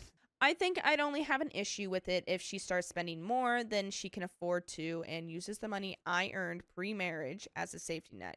Most importantly, with regards to her work friends, she told me it was made clear that they weren't a good influence. The group of girls at work are scandalous and infidelity has happened. I think her friend told her the marriage very well could end, and that served as a wake-up call. She showed me a text she sent those girls basically saying she doesn't appreciate them talking poorly about me and that if they can't respect our marriage, she can't be friends with them. We agreed that we should probably see a marriage counselor. At some point, the conversations shifted from our dining room to the sofas, and it was definitely very emotional. But for the first time in about a year, I saw real honesty and vulnerability from the woman I fell in love with. She fell asleep on the couch, and I lifted her up, brought her into the bedroom, and tucked her in. I'm gonna cry! That's so cute. Like, he just loves her, and he just didn't want someone to, like, be in it for the money. I respect that. And he's not flaunting it. He's not being like, oh, yeah, I'm better than you, you know, except for that one moment. But that's because she kind of said it first. There's a lot of work still to be done, but if we're both as sincere as we were tonight, I believe we can get through it. Oh, there's a second update. Let's go. After almost 2 months of couples counseling and therapy, I feel ready to share my own judgments. My wife's promotion does not give her the right to act dismissive and disrespectful to others. Her new colleagues were terrible influences, and she became a bad person during that stretch. She truly thought she was better than others, and professional success entitled her to act without responsibility. Our relationship did deteriorate during that time as she neglected us for her. In our argument, for her to view me as less than because she thought I didn't earn as much truly hurt. I would never judge her for anything other than her character. To be judged on money and that too incorrectly, fundamentally, broke my trust in her character. Of course, I also broke her trust by not being transparent about my financial situation. From therapy, I found out I had a few reasons. I still wanted her to pursue her career and contribute to the house. I didn't want others to know. I also understand that she is ambitious and wanted to improve our life, and there can understandably be pressure from more successful colleagues to live a certain way.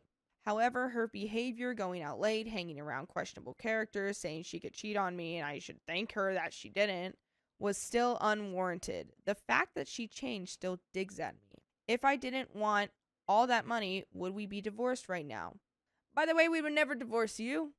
You can listen to full episodes just like this.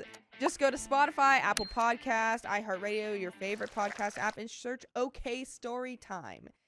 There is another relevant update. I think in your update, you have said some poignant remarks. I think you've gained perspective in the last couple months for sure. I think in a very healthy way, too, that you are both getting the help that you need and deserve. I hope this continues to trend up and we end it on a good note. Yes, please. Therapy taught me 2 things. 1, I'm not wrong for feeling my wife has the far bigger problem. And 2, just because people on Reddit said I was wrong doesn't mean I'm not also partly right. But enough negativity. We both have done individual and couples therapy and have made tremendous progress. I have shared these thoughts with my wife and she has reciprocated. We still have work to do on the emotional aspects of our fallout, but the situation is genuinely better. I have wanted to forgive her from the moment she left, and she is earning that from me. I hope to do the same and earn her trust back too. Either way, we're expecting. So I think we're both extra committed to making this work. And that's the end. It's baby time. So they got the help that they needed. They had a big blowout, which, that happens. But then they reconciled, got the help that they needed, and now they're both working towards something that they both want. And they're both making a baby. They got a little baby. I love healthy relationships. I missed my daughter's birth because my wife wouldn't let me in. Let me in! Let me in! I, 32 male, am 8 months into my wife's pregnancy with our first kid, and she has been finalizing her birth plan. She included me in the process, and I did my best to research and understand it. By the way, this comes from Husband Birth, and if you want to submit your own stories, go to the r/OKStorytime subreddit. I'm Sophia. I'm Angie. I'm Keon. I went with her to see various doulas, picked a hospital together, and helped establish emergency plans. I assumed I would be there for the birth, but she told me she didn't want me to see our daughter being born. What? She only wants her mother there, and I could come in once it was done to see the baby. That's crazy. It hurt like heck because I was obviously very excited about it. I asked why, and she just said she'd be more comfortable that way. I said, okay. I told her I'd let her do whatever made her comfortable, and I'd be on board with it, but that I was very hurt and would need some space for a few days to process it. I slept in the guest room and left before she woke up for work. She's been blowing up my phone with texts about how it's unfair to punish her for doing what's best for the baby. Huh? She called, crying and telling me I was putting so much stress on a pregnant woman for no reason and that I was an a-hole for that. What? It feels like she feels a lot of guilt for asking you to do this or denying you this when you are rightfully, I think, allowed to be heard about that. Yeah. Yeah. And then she's now putting it on you more. I don't think needing space for a few days is wrong of me. I'm just asking her to let me take in what's happening. I can't pretend to be happy about missing the birth of our baby.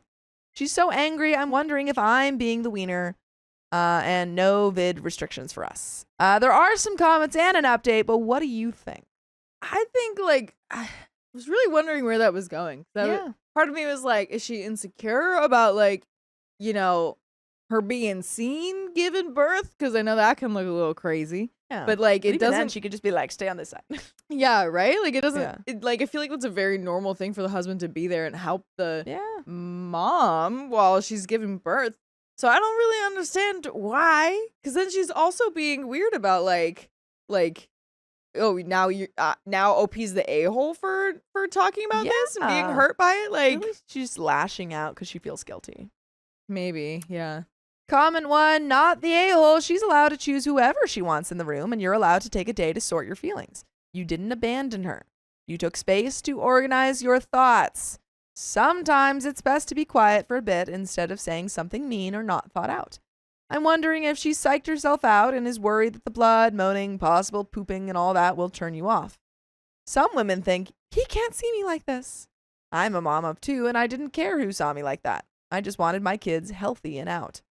Edit, I do mean not the a-hole. Her blowing up his phone and calling him an a-hole is uncalled for. I've been pregnant twice and birthed twice. Pregnancy is not an excuse to call your partner names and blow their phone up. He said he needed space and time to collect his thoughts. He didn't leave the family home. He didn't run to his parents. He didn't call an ex. He slept in an extra room and went to work. Reply says, oh yes, some women fear that they will no longer be attracted to their husbands once they've seen the gory part of childbirth. Maybe check with her what her driving decision is, or what's driving her decision, without pushing for a change, just to understand. And if it is apprehension about this, ask if it would be all right if you stayed near her head and not watched the poop and the blood. If she's still not comfortable, it's understandable for you to be upset, but please understand that no matter how grown up we are, sometimes when we're scared, we just want our mommies. That's true. I think these comments are really nice. In that they're understanding that she's probably feeling a lot of fear. But also is not being kind to OP. Yeah. I like that. I understand missing the birth is a huge thing, but my husband had to miss it too. We had to go for emergency C-sec, and because of the vid restrictions, no one was allowed in the OT. And then our kid was in the NICU for 3 days, and neither of us could hold him. It's been 2 years since, and every day there is something to marvel at. You'll have years and years of those special moments. And there is an update. Let's find out if she has a reason. Let's do it. I would love to know. My wife had the baby! Woo! Doesn't sound like you were there. They're both healthy. I asked her on her due date if she still didn't want me to be there, and she said she wasn't sure. She was very stressed during labor, and I could tell she was really anxious, so I did my best to comfort her and didn't ask. She did ask me to leave when it was time to push, and I came back when our daughter was born. I didn't catch her, but I got to cut the cord and held her first, which I'm very grateful for. Aw. Things were okay with my wife for a while until she dismissed how I felt about missing the birth and said I was making a big deal out of a couple of minutes. I then found out the reason she excluded me was because she was scared I would stop being attracted to her, which everyone in the comments nailed that. Yeah, interesting. I kind of lost it, and I regret it, but I was sleep deprived and told her that I was disappointed in her as a mother. Oh, God. And that she put her vanity before our kid and before me. Tough. Not great. My wife then asked for marriage counseling, and we're on a wait list for our first appointment. Okay. We've been very cold toward one another when we're alone, and we will probably fight again soon. I know it's not the best way to be when we have a newborn, but I can't help but blame her for this situation. I will be going back to work soon, so I'm hoping the distance work gives me from her will help me calm down and gather the strength to be more mature about it. There is another update. Wasn't a great reply. I think she was, is pretty really hard to not be there for like the birth of your, child. Yeah. But also she's being very vulnerable. And like that's such a normal thing for pregnant women to feel more insecure about their changing bodies, first of all. Yeah. I mean, and you are in like, I don't know. I think that you both have kind of made errors in this. But she like that is the most just intimate and like what's the word vulnerable position that one of the most vulnerable positions that anyone can be in. Where you are in intense amount of pain, unclothed, and have something coming out of you. Yeah. I understand why she might feel very scared Yeah. and insecure in that moment. However, I also understand that he does not want to miss that moment and did not want to miss that moment. Yeah. Because it's like for a lot of people that like the birth of your first child is Yeah. You only get yeah. the first time. Yeah. Yeah, I mean, it's yes, once in they a might have another lifetime. child, but I think Sure, you but know the first is yeah, I think a lot of people talk about how kind of spiritual that moment is. yeah. Yeah. Update 2. My wife and I separated for a couple of months, but decided to work on our marriage. Bigger issues Interesting. rose to the surface in marriage counseling, and my wife did apologize for keeping me out of the delivery room, although she affirmed in the same sentence that if we have a second child, she'd ask me to stay outside again. She will just not trust me to not lose attraction to her. I had never realized just how deeply insecure she is about her looks and how it affects every part of her daily life. She's a pretty woman and always acted very confident, but it was mostly a facade that completely crumbled with the pregnancy. Are we just kind of assuming these things? Yeah. By the way, you should assume that you can listen to more full episodes of stories just like this because you'd be right. They're on Apple Podcasts, iHeartRadio, and Spotify. Just search up OK Storytime. But there is a little bit left to this story. Any final thoughts? Yeah, I don't know, P. I feel like we gotta work on our understandings of Yeah. other people. Mhm. I feel like I don't like how you're going about this. No. It's just not going well. There's deeper problems here, and yeah, I think you have to approach them gently. Yeah, She also has to be willing to meet you halfway. totally. But this is a very gentle, very delicate thing. right. I think this would have been a Um, perfect time to be vulnerable Yeah. and Yeah. tell her like how you feel, but you you went very aggressive and you like pointed the finger at her, Yeah. and it Right. wasn't a bad tactic. I don't know. Yeah. And Yeah. like maybe she needs to work on being more understanding of you and like your I experience agree. with the birth and everything. Wanting to be there for the birth. I think that is a very Yeah. valid desire to have. Yeah. But there's a little bit more. We ran into some issues with feeding related to that, where she would eat very little to lose the pregnancy weight. And it caused her to produce less milk, consequently stressing her and the baby out more. I begged her to postpone her diet until our baby was a little older, but it was important for her to lose weight first. I tried supporting her, but I was going through my own struggles and I couldn't understand how she could put that over the health of our baby. We're determined to make our marriage work, and I'm going to do my best to understand her struggles with self-image. I've come to accept that seeing the birth of any child I have with her will not be possible. She needs intense therapy. Therapy. My husband wants to raise his orphaned nephews, but I don't. Jeez, are you that lady from Annie? My husband, 32 male, and I, 28 female, have been married for 2 years, together for 5. Until now, I would have said that we had the perfect relationship, but right now it seems like that is over, and I'm not sure who the a-hole is, if anyone. By the way, this comes from user Mountain Shadow 769. And if you want to submit your own stories, go to the r/OK Storytime subreddit. I'm Dakota. I'm Sophia. And we are here to give you good advice goofily, because we're a bunch of good little goofballs, but we only know what we would do. We don't know everything, but you might. So tell us what you would do in the comments. I grew up in a really bad and neglectful situation. I have been to therapy and done the work, but there are still some issues that are just going to be permanent, I think. The two relevant ones here are that I need to have a calm, safe living space that is mine to function, and I do not do well around children. I do not hate children, but I was forced into raising 7 siblings and step-siblings when I was still a kid myself. I will never be responsible for another kid for as long as I live. I have had my tubes removed to make absolutely sure there will never be an oops. My husband has known this since the beginning and does not want children as well. His family situation is also not great, but he is still involved with them, mostly for his mom and nephew's sake. About a month ago, sister-in-law and her partner passed away. The boys were visiting mother-in-law, thankfully.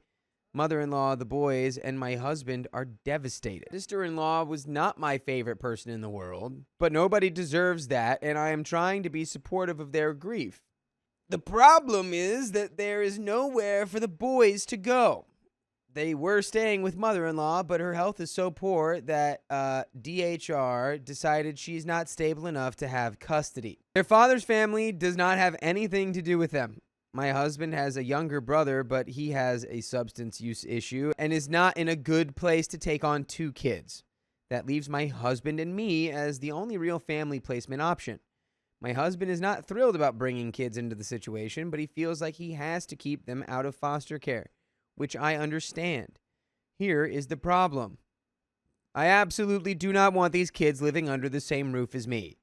It is a PTSD trigger, but also they are understandably, for their situation, not the best behaved kids to start with.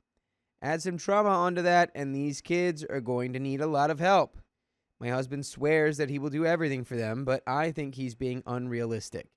We got into a really nasty argument about it, and he said that this is a make or break moment for the marriage because he's not backing down and he will take the kids and divorce me if he has to. Our house was mine before we got married. I inherited it from my grandmother.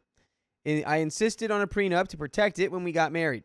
My husband has a health issue that makes full-time work difficult, and he struggled at the best of times before we got married. If we split up, his chances of finding an affordable place to live nearby in the current market are not good. He is not quite disabled enough to receive disability. Frankly, if I and the house were not part of the bargain, I'm not sure that DHR would place the kids with him. Where I might be the a-hole is that after he threw the D word at me, I told him that in that case, he would need to move out of my house because he would no longer be welcome. Go back to working full-time because I would not be bankrolling an ex, and good luck taking care of 2 traumatized kids with his health, much lower income, and without stable housing. I think it had not occurred to him just how much he would lose access to because we have always just shared without thinking about it. He's not speaking to me right now, and mother-in-law called and read me the riot act for financial abuse and abandoning family. I feel for the nephews, I really do, but I am not the person those kids need right now. And I feel like I was very clear from the beginning that I would never be okay taking care of kids or living with them. I think we're cooked either way at this point, but am I the a-hole? And there's an edit. I don't think it's fair for your in-laws to call you and say, oh, financial abuse. It's your money. You're not saying I'm taking away now. You're saying if we were to divorce, you would no longer have access to that. Yeah, I mean, you didn't take any steps to lock him out of being able to make his own money or access certain absolutely not. You didn't do any of that, and you keeping the house was decided in a prenup, which you both agreed to. So doesn't sound like it to me. Doesn't sound very up. Just seems like a very tricky situation. A lot of people are mentioning, he has health issues, but it's gonna take care of the kids. How's that gonna work? I think he potentially needs to look into, everything that would go into raising these kids to see if he is the best option for them. If he were just doing it individually, because you are not on board. Yeah, it probably wouldn't work out that way if he had no residence or place to stay or live, because I doubt he'd be able to afford anything for enough space for 2 children and himself on part-time work. But there is an edit. There's a lot of responses, and I'm trying to get to them all. I'm taking a PTO day to deal with some of this stuff and get myself back together. As a lot of you have said, there is no way back from this, and I think I'm going to go ahead and accept that now instead of dragging it out. The trust is gone. I made an appointment with a lawyer this morning, and from what I have read, an uncontested divorce could go pretty quickly and smoothly if we do not squabble over money. That's a pretty big if there, OP. I do not have any interest in screwing him over, but I also will not be screwed over. I hate it. I wish this was not happening, but I have worked way too hard for a stable life to flush it down the toilet. I'm going to freeze my credit and lock down the accounts today in case he or mother-in-law get ideas and have the talk tonight. I'm also about to call the case manager contact at DHR and explain the situation so it's on record and they can start making a plan that does not include me as part of the equation. I am debating how much help I'm going to continue providing. I will continue to help my husband while he lives here, but I was also doing a lot to help out mother-in-law with things her health makes difficult. and allow her to put her energy towards the kids right now. And I think that is going to stop since it is not appreciated and the relationship is over.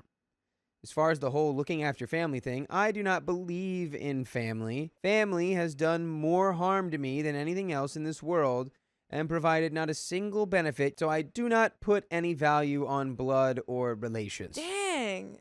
I mean, you need it's totally fair for you to have had your experiences, but like clearly you are still dealing with massive amounts of PTSD and trauma. I feel like she probably would already be going to therapy if she says that she's experienced that. But if you're not, definitely go. I do what I can when I can for others, but I know in the same circumstance none of these people would ever help me, either because they cannot or they just would not care that much. So just spare me the whole, they're your family stuff, please. That world does not hit the same way for me that it does for you. I will update once I have talked to my husband and figured out a path forward. Thanks for the input, even if some of you think I am a monster. There's a second edit. Well, that was a rough night. TLDR, now he does not want a divorce and wants to figure something out. The stress of the whole situation is pushing him into a flare, so I'm giving him some grace. But I told him that we will not go back to exactly the way things were before the D word. No matter what happens now, I do not trust him. He needs to sit down with the social worker, look at the facts, and make a call on his own. I have the lawyer's recommendations for an amicable divorce filing we can discuss if he decides on that route. His mom said some unforgivable things in her little tirade, so the things I was doing to help her stop now.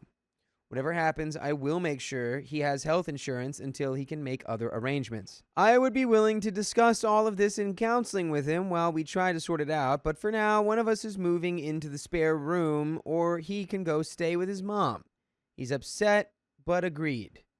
It's probably going to take some time to get a resolution, but I will try to post again down the road once the situation settles out and there is an update. Yeah, it seems like OP is leaning towards divorce regardless of, whether or not he changed his mind. Which is fair because you can't really put that genie back in the bottle. Yeah, once you said it, it's on the table now. Yeah, it exists. I understand partially why he said it, because he clearly cares about those kids and wants to make sure they have someone, like some family. But yeah, I also understand why she's reacting like this. So it's just kind of, you set your priorities and now you're going to have to deal with those consequences. True that.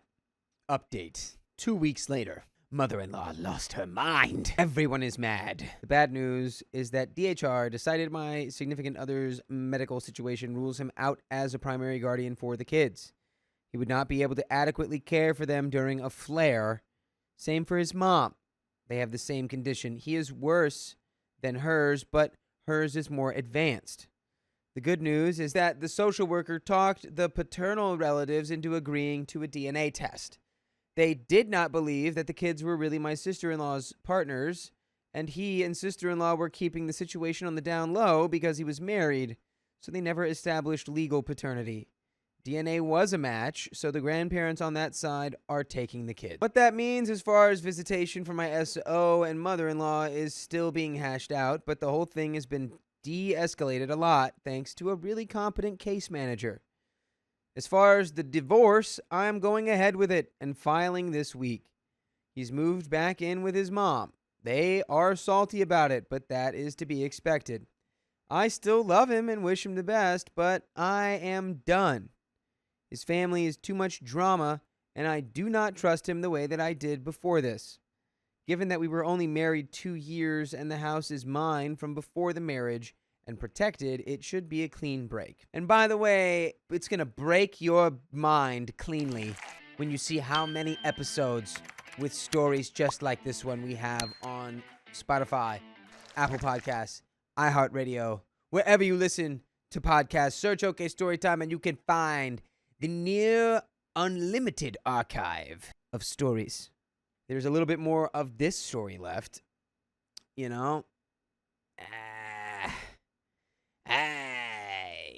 Yeah, at least the kids got somewhere to live. Yeah. I don't know if y'all are staying together, but at They're least- not. Yeah. Yeah. They're well, they're not. not. They're not. They I are don't know if not. you guess I don't know if you can figure that out. Doesn't seem like it. But at least the kids are staying together and they're getting a home. Hopefully the grandparents are, the good Good. kind. They're like SpongeBob's parents. Hopefully. Yes. Okay. While I missed him being here, I am already feeling less stressed with him gone, and I did not realize that had been creeping up on me for a while.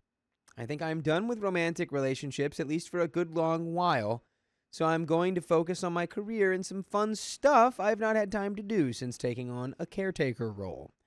Thank you to those that offered support and advice. It sucks that any of this happened to begin with, but I think it is ending about as well as it could at this point. I will be dropping contact with my ex's family, so I doubt I'll have anything else to update. Good for you. What condition does your ex have? I was guessing multiple sclerosis. I was guessing MS. After what his mother said to you, I would have been flat out done as well. You have shown these people nothing but kindness, and the moment you pushed back, they showed you who they truly are. His family is not just drama. They are butt birds. They are always going to be butt birds. Opie says they have MS and myasthenia gravis. He has the childhood onset variant, so he's a lot more debilitated, but his mom's has progressed more. It is managed as well as it can be, but I still would not wish it on my worst enemy. And that There you go. is the end of that story. My sister refused to attend Thanksgiving if my family came. My parents agreed with her. I guess you're not going. I, 30 male, feel stupid for even asking. My sister, 29, and my wife, 34 female, did not have the best history. Before we met, my wife was my sister's landlady, and she was renting the room at the back of my wife's house 6 years ago. She got evicted less than 4 months after moving in because my sister did not pay her rent at all. Then she was taken to court for damages that costed way more than she put down on the security deposit. My sister did end up having to pay, but basically hated my wife for this. By the way, this comes from Throwaway Ads Here 27, and if you want to submit your own stories, go to the r/OKStorytime subreddit. I'm Savannah, I'm Sophia. and we are here to give some good advice goofily, but we don't have all the answers. We would only tell you what we would do, but let us know what you would do in the comments. As OP says. We met after this all went down, and I went to go pick up my sister's stuff she left behind that my wife was decent enough to not have thrown out yet. We started chatting and really hit it off. Started dating. Year and a half later, she got pregnant with our son. Now, happily married, but my sister never took it well. We weren't as close before all this, but after becoming a traitor in her eyes, we didn't talk much. She hasn't even met my son, who's 3. My parents are really trying to push for us all to have a family Thanksgiving at their place. My sister never wanted to go because I'd be there with my wife, and she didn't want to see me. My parents never pushed it before because she didn't think my sister was being fair, considering the issues she has with my wife were all things she did herself. This year, they feel different, though, since my sister broke up with her boyfriend of 6 years, and it's her first holiday without him. She, however, doesn't want to see my son or wife, so that's why they're asking if they can be left at home. My wife doesn't have any other family, and I don't want her and my son missing out because my sister doesn't want them there. It's not a problem for me to miss out on dinner with my wife, so my sister could have the company, and I just stay home with my own family. My sister is blowing it out of proportion because she wants me there, but I'm being an a-hole because she wants the whole family there. Parents are taking her side here because it's been a difficult year losing her boyfriend and job, so she just wants one family dinner for Thanksgiving. I get it. It's been tough for her. I'm just having a hard time seeing how it's selfish for being inconsiderate to not want to exclude my family. But am I the a-hole here? And there isn't an update. No. No. I don't think you're the a-hole. Yeah, you are prioritizing your family because your wife is your family and your son is your family. Yep. And yes, your parents and your sister are important in their own ways, but I think your priority becomes wife and children. Exactly. When you marry, they are now part of the family. They Mhm. just extended the family, So if they invite you to something, especially Thanksgiving where it's supposed to be like everyone. Yeah. And she can't just sit down and have a dinner with this girl that, not even screwed her over because she did it to herself, Yeah. Years ago. And she's also taking it out on your son. Come on, Yeah. girl. And it's been probably around even more than, because they were together a year and a half, and then it's been And then 3 years for the son. 3 years, so it's probably been almost 5 around years? 5 years 6. since she got evicted. Yeah, I'd say like 5-6 years. Yeah, and you're still holding this grudge. Yeah, like, I mean, eventually you gotta be like, okay, let bygones be bygones. This happened so long ago. I accept that I didn't pay the rent, so obviously I get in trouble for that. And that's just, I've grown as a life. person. I pay rent now. yes, now I pay rent and I understand how it works. I don't know what else to tell you. Yeah, It's just how life is. unfortunately. Well, of course I didn't follow along with their ridiculous request. Wasn't about to leave my wife and child at home to have dinner with people who didn't want my family there. It pissed me off like you can't imagine. We had fights prior to the dinner because I couldn't believe my parents were fine with excluding my son from time to spend with them. It bothered me the more I thought about it. Then there goes my sister calling, crying that I'm a piece of crap for not being there for her. Honestly, it was so irritating. We went back and forth. I just remember telling her to grow up and stop being a spoiled you-know-what. And, well, she didn't call after that one. We stayed home to have our own Thanksgiving. My son kept asking where Grandma and Grandpa are. I wasn't about to tell him the real reason that we weren't going with them, so we only told him they're a little sick so we can't go. He still wanted to talk to them. They video chatted for a while, then you could hear my sister in the background. Then they were suddenly in a hurry to end the call. I'm sure she didn't know they were talking to us. I try not to let that anger me too much so we could all be in a good mood. To the person who suggested a nice pajama Thanksgiving dinner. Well, we followed through on that, and it was pretty relaxing. My son decided he wanted to go all out with his dinosaur pajama. Ah, that's cute. By the way, you can go out and listen to full episodes with stories just like this. Go to Spotify, Apple Podcast, iHeartRadio, or your favorite podcast app, and just search OK Storytime. There is a little bit left. Any final thoughts? I think that was the right decision for you and your family, so good job. Yeah, I think, honestly, your sister just sounds like she's petty and wants things done her way and won't, like, get over this, like, 6-year grudge for some reason. Too long. Yeah, it's like, girl, grow up. We're married. We have a son Yeah. now. Like, you really want to miss out on all of this? Like, come on. And the thing is, like, yes, it is a grudge, but it's not a grudge in the sense of this person did something, or at least it doesn't feel, this person did something to me and now I'm mad at them. It's like, I made a mistake. This person took out consequences on me and now I'm embarrassed, so I'm never going to see them again. Yeah. That's what it feels like. And that's exactly what it is. Those are facts. Mm-hmm. Like, I don't understand, like, you know, take responsibility. Yeah. Like, maybe this is why your 6-year relationship didn't work out. I don't know. I don't want to point fingers. I don't want to assume, but it seems like... Maybe. I don't know. It was a lovely time. We made a pillow fort after dinner, then my son fell into a food coma. So me and my wife had some alone time, too. This was so much better than any dinner with my parents and someone who has no respect for my family. It really left me with a completely different view of them. I know she really is going through something difficult and my parents are trying to help, but it hurts knowing they wanted to toss my family to the side to make her happy. For that reason, we won't be spending Christmas with them either, which has been a whole thing too, but oh well, they did this to themselves.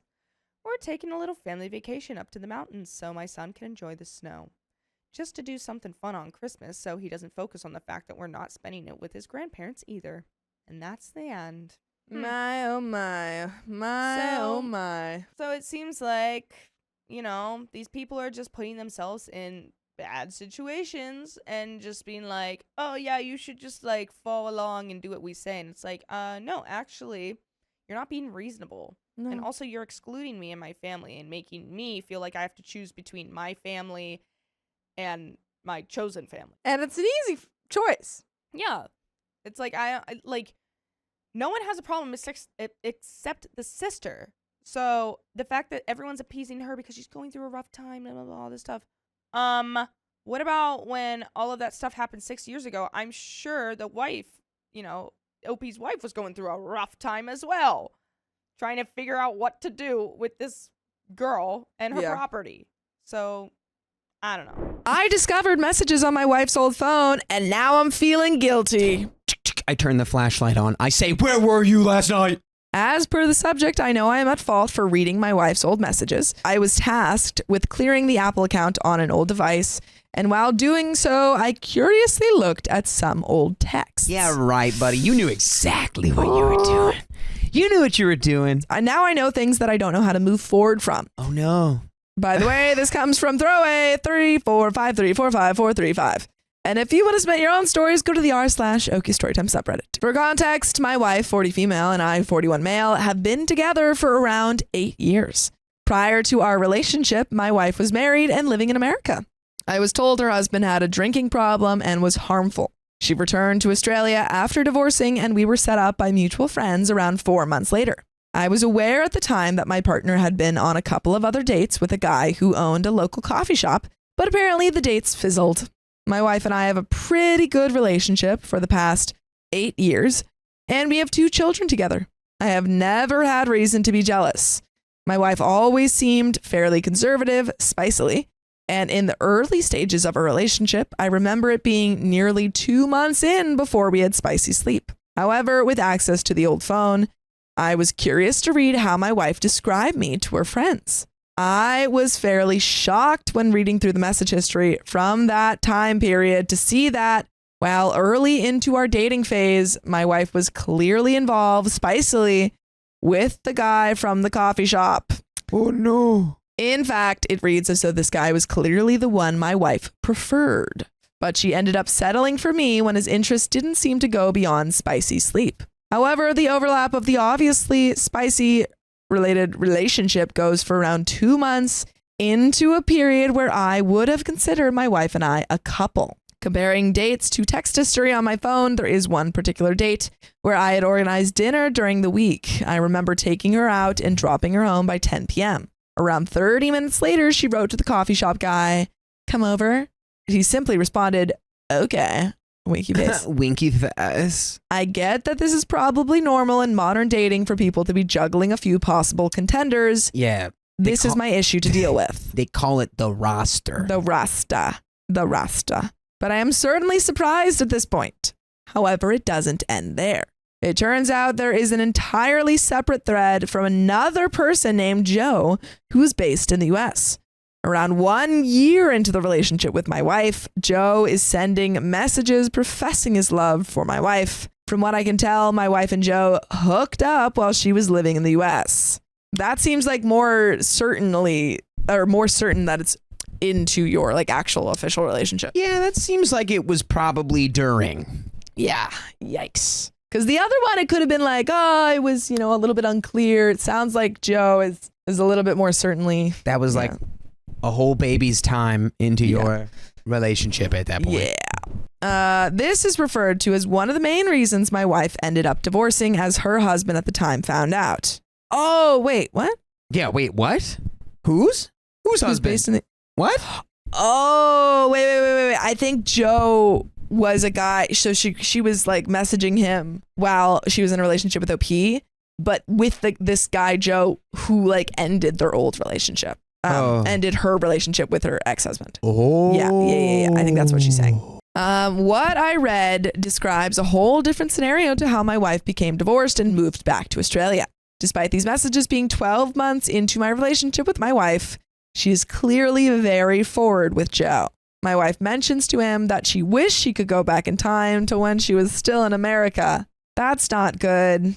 That's pretty bad. Yeah. She says to him that if he had been as forward with her back then, things would have turned out different. She even said she found him so hot she didn't trust herself around him. So here I am feeling guilty for having exploited my wife's privacy. I know this was wrong, but now I know what I know and I feel like crap but I can't even bring it up because the focus would be on what an a-hole I am for reading the messages. Do I just need to accept that we've been together long enough that the things that occurred when the relationship was newer shouldn't affect us going forward? There are comments. There is an update. But what do you think, Dakota? I think your gut is telling you. Yeah. What you already know. She cheated on you, dude. It doesn't matter if it was 8 years ago. She cheated and then lied about it for 8 years. Regardless of what she did with that first guy when you guys were dating or not dating, we don't know. She was talking to Joe flirtatiously a year into the relationship saying that she wished that she could go back to having this relationship with him. That's not okay. Pretty bad vibes from that. Yeah. Comments. Comment 1 says, honestly, I don't care about supposed modern dating scene normality. Inviting a guy over after your date is just the biggest ick ever. You know, she's also a liar and a cheat. I'd have punted her to the curb before you were even able to type this post. I feel like that's actually way more common than that commenter is trying to make it out to be. Is it? I would assume. Of like back-to-back dates? Well, because imagine you're like, man, I really can't like figure out like who's better. Yeah. What better way to figure it out than to have 2 dates on the same day?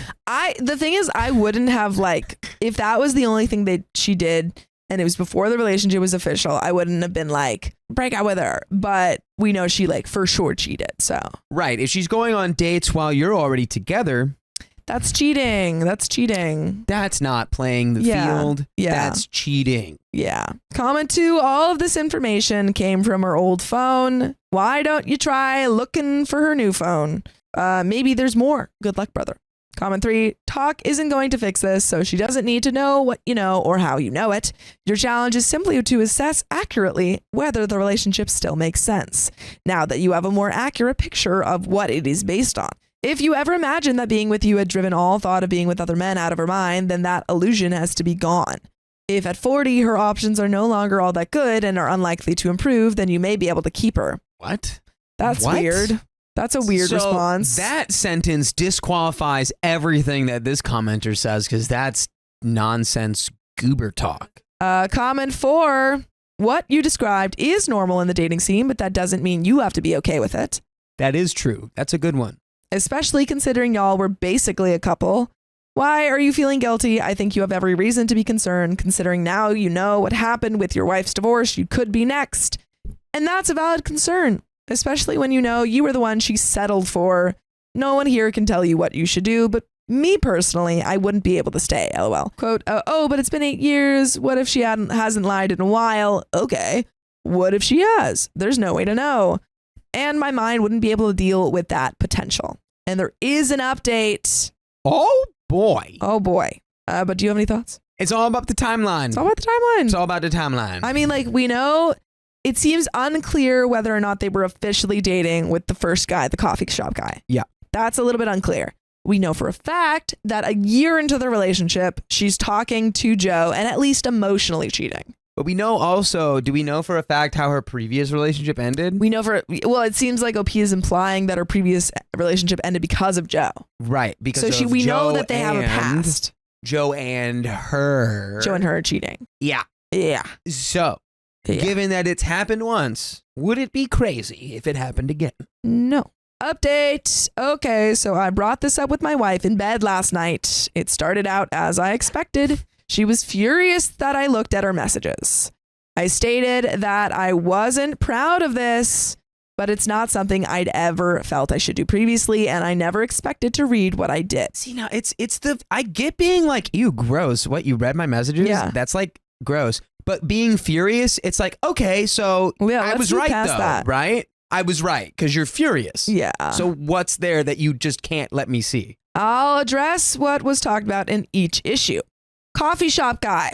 So she acknowledged they did have spicy sleep once. However, she said he had no interest in her, which is why she proceeded to set up dates with me. She said that she absolutely did not have spicy sleep with him once we started dating, but they did remain friends. A little bit. I don't think that's necessarily super bad unless depending on like how close the friendship was. Apparently he helped her look for her unit she had purchased, and her asking him to come around was to show him the unit. His unit. I don't know if I believe that. What kind of unit? She's adamant they did not have spicy sleep. Again, I have no idea what to believe. Liar. That was such a lie. She's a liar. I think you should point out like, oh, he was helping you look at a unit at 10:30 p.m. Which is not a thing that happens. Yeah. No. Crazy. However, to add more context to this guy, I could see in the text conversation that it did fizzle out. The small talk conversations did cease altogether about 3 months after I began seeing my wife. Again, if you guys were official and they were still talking, that's... I don't know. It's just seeing. Is that official? I don't know. That's why I'm asking. I don't know. That's why I'm asking. If you were official. Adding to this, coffee shop guy actually passed away unexpectedly about 2 years later. Well, that takes care of itself. Ouch. This was something I was aware of. As for Joe, my wife recalled him texting her after she had returned to Australia. She stresses they never had spicy sleep in America, but she acknowledges she did kiss him. Sorry, in America. This was pre their relationship, which created all the drama with her previous husband. She began saying that when she was responsive to his text, this was before our relationship. So let me get this straight. She's trying to say, no. We just did a little. We kissed and that broke up my marriage. Spicy. That's what ruined my marriage. I would never sleep with another man.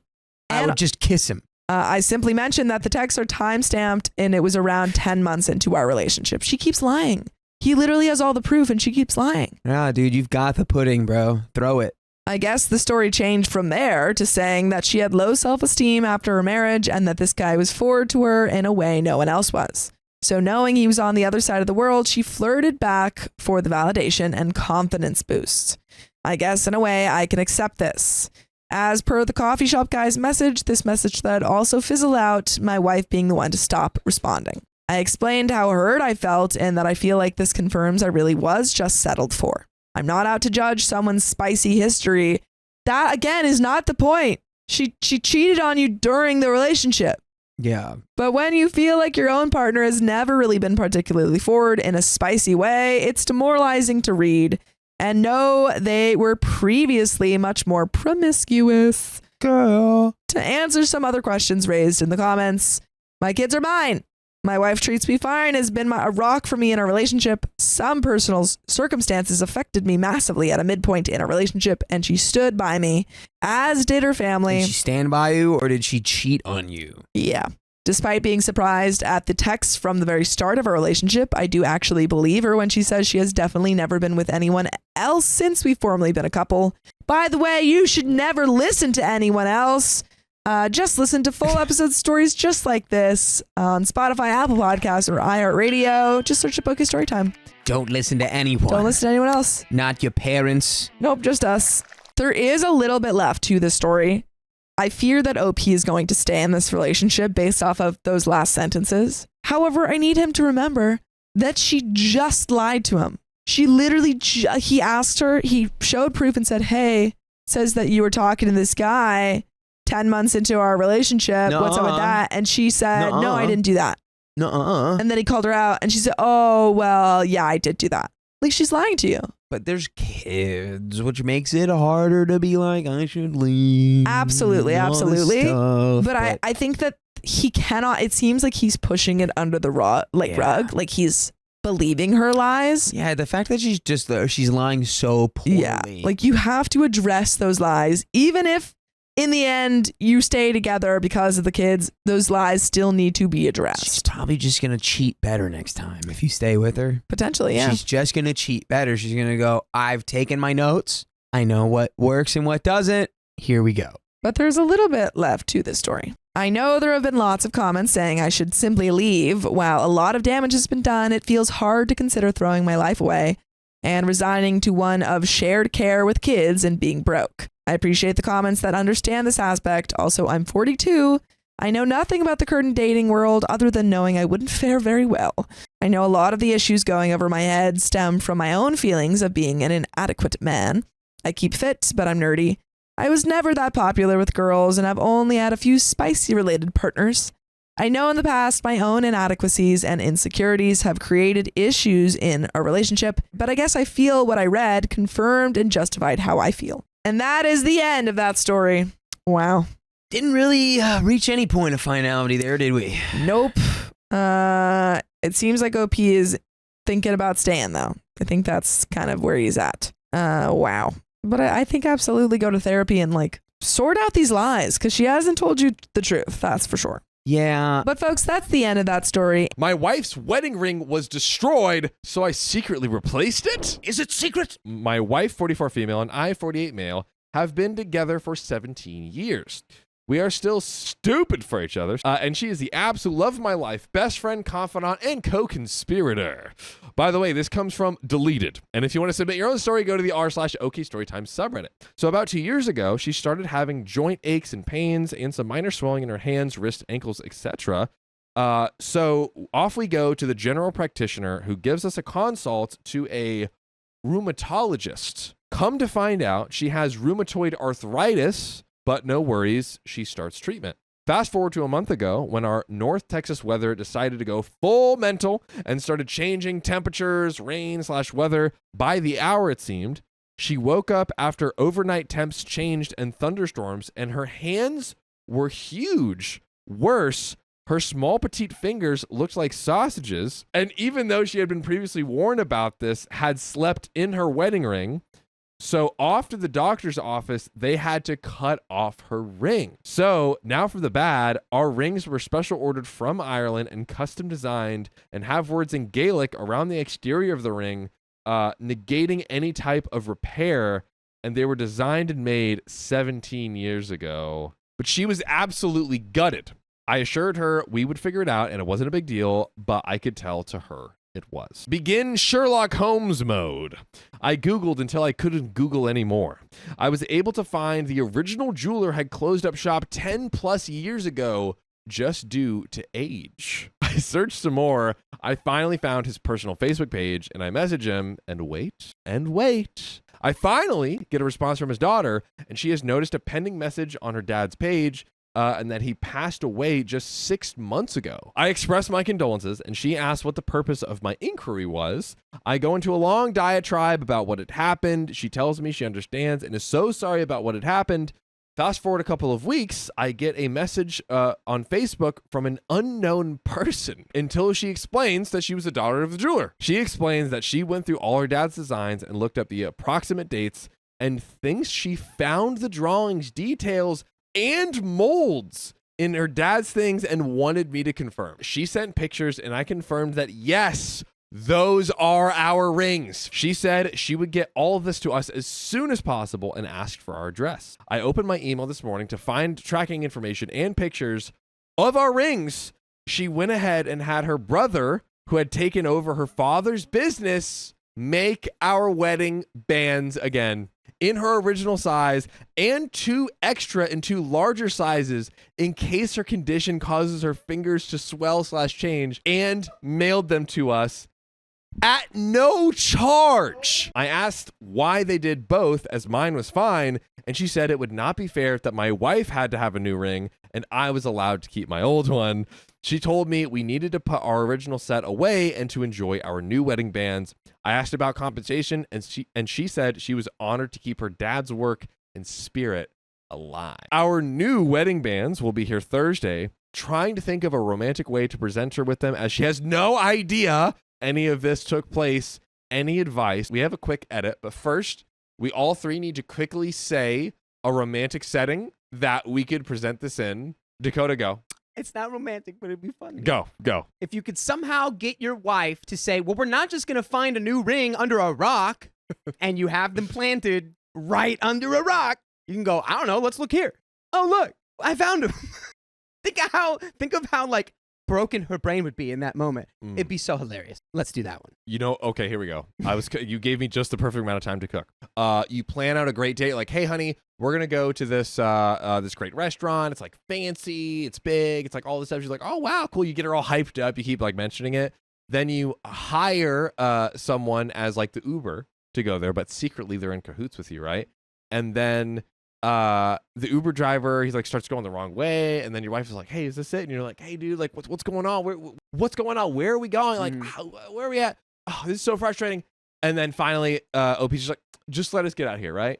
They get out the frickin' car. They're right in front of the place they first met. And then the wife's like, oh my gosh, like this is... You took what I was gonna say. And then he's like, oh, this is the place we first met. And he's like, that's because despite we've only been together 17 years, our love is timeless.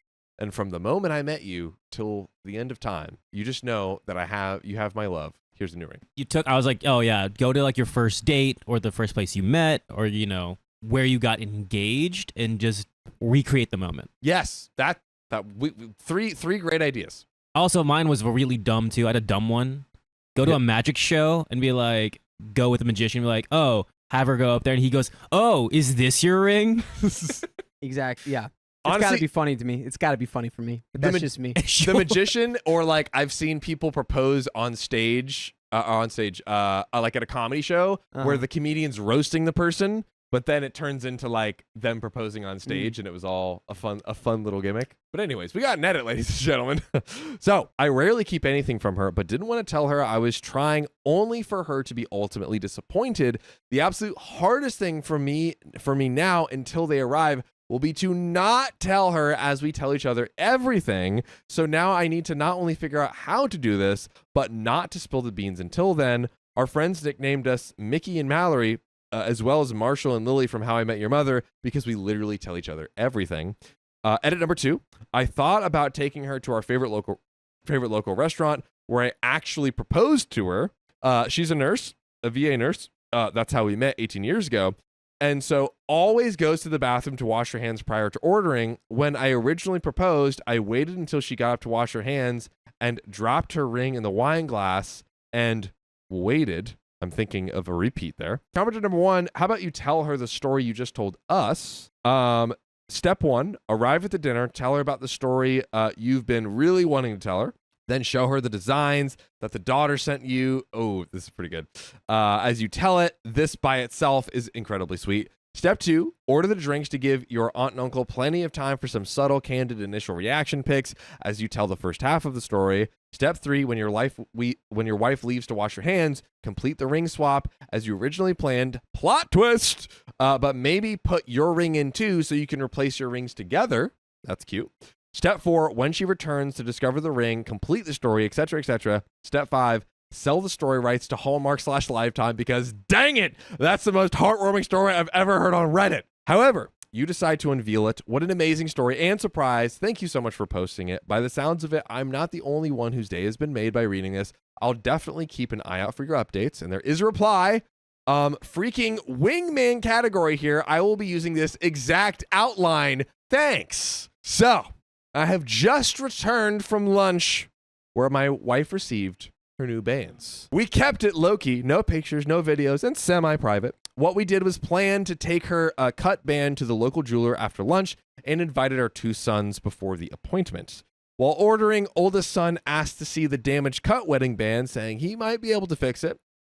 He takes it below the table and starts acting like he's squeezed and strained, and then placed the fixed band on the table and asked Mom if that works. That's great. That's amazing. Yeah. Wow. I would love it. She's like, how did you do that? He's like, I'm just Irish. Yeah. I'm just Irish. It's just an Irish thing, I guess. I don't know. Luck of the draw. It runs in my blood. She is astounded and places the band on her finger, but it's too big. Youngest son says, oh, he can fix that, and asks for the band. Wife reluctantly and with a lot of what the F is going on her face, hands the band to our youngest. He takes it below the table and squeezes it and strains and makes it smaller but not quite perfect when she puts it on. She's now trying to figure it out as she takes it off and starts to inspect it. I take it away from her and do the same act as our boys, but this time the band fits perfectly on her finger, and she is quite literally had enough. She finally takes it off and is expecting it pretty hard and cannot figure it out until my oldest places her cut an older band on the table, and our youngest places the large band on the table, and I place the next size on the table. At this point, she's just staring at all of us, and I explained what had happened and how I was able to find the jeweler, etc., etc., etc. I even showed her the Reddit post, and she didn't start crying until reading the comments and all the caring and support that you guys had posted. Lunch was ordered, and we talked about everything. We ate lunch as a family, parted ways, back to our respective work, homes, etc. She, my wife, did mention that after reading all the replies, she would have unalived me if I had gone full public display and all that. So very thankful to those that suggested to keep it low-key and semi-private. By the way, if you want to hear stories as sweet, beautiful, adorable, and heartwarming as this, well, I've got news for you. Go to Spotify, Apple, anywhere you listen to podcasts, and search OK Storytime. We've got over 2,500 episodes for you. That's right, ladies and gentlemen. Go check it out. We've got some other sweet ones in there. I know there's a lot of tough ones that teach you and also make us laugh, but we've got some sweet ones in there as well. You need rain and sunshine to make a rainbow. About that. Dakota, why are you saying things that are factually accurate right now? because I read that on a sign in Northern California 7 years ago, and it never left. Oh my God. That is correct. At one of my favorite places, which I will gatekeep. He's doing it right now. He's doing it right now. So, about the jeweler. They responded to my email regarding posting the name/info and would like to maintain their privacy. The oldest son is making jewelry and doing repairs only to catch up previous orders and work requests prior to their father's passing. Once he is all caught up, they are closing for good. Wow. They sent copies of the drawings and molds for our bands, and we placed them in our safe at home. In case this happens again, we can get something made/designed. I followed up asking if there was any way to repay their kindness and haven't had a response yet. My wife is planning on hitting up some local spots and making them a Texan gift package and sending it to them. That's sweet. And that's it. She is extremely happy and overjoyed. I'm really glad it's over, as I had no idea this would garner this much attention, and now we can go back to our normal lives. Thanks to everyone for their suggestions, and we are grateful to all the outpouring of genuine caring. Thank you to everyone that sent silver, gold, and platinum. It wasn't necessary, but greatly appreciated. My God, every one of the stories is amazing. Even the Redditors. You're just swimming in precious they're awards. Oh. The Reddit awards. Dang it, you're right. Dang, I was like, they just sent, you got precious metals sent to you? I could see it happening. I could see it happening. Edit, the daughter, son, and an uncle are all working part-time to finish work that was commissioned prior to their father's passing. From what was explained to me, none of them are, or plan to be in the jewelry business. And that is the end of that.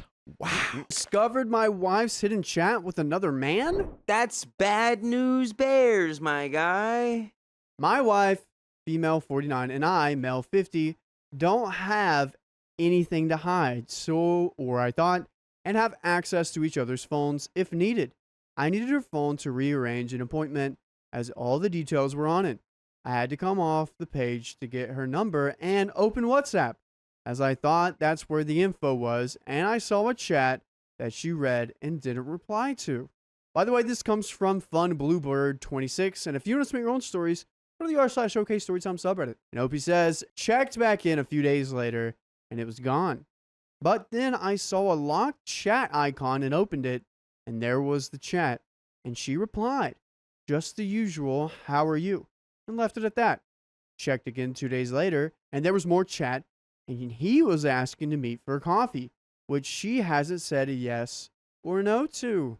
And that's when you reply, yes, and you show up. Sneaky. I have no clue who he is, as he isn't on her social media friends or phone contacts, and it's his first name only. So I'm guessing an ex. I'm more than positive she's been faithful since we've both been together. I did check search history and his name. She has 2 other contacts with full names, so this couldn't be a coincidence. Was in the search history a few weeks before the message.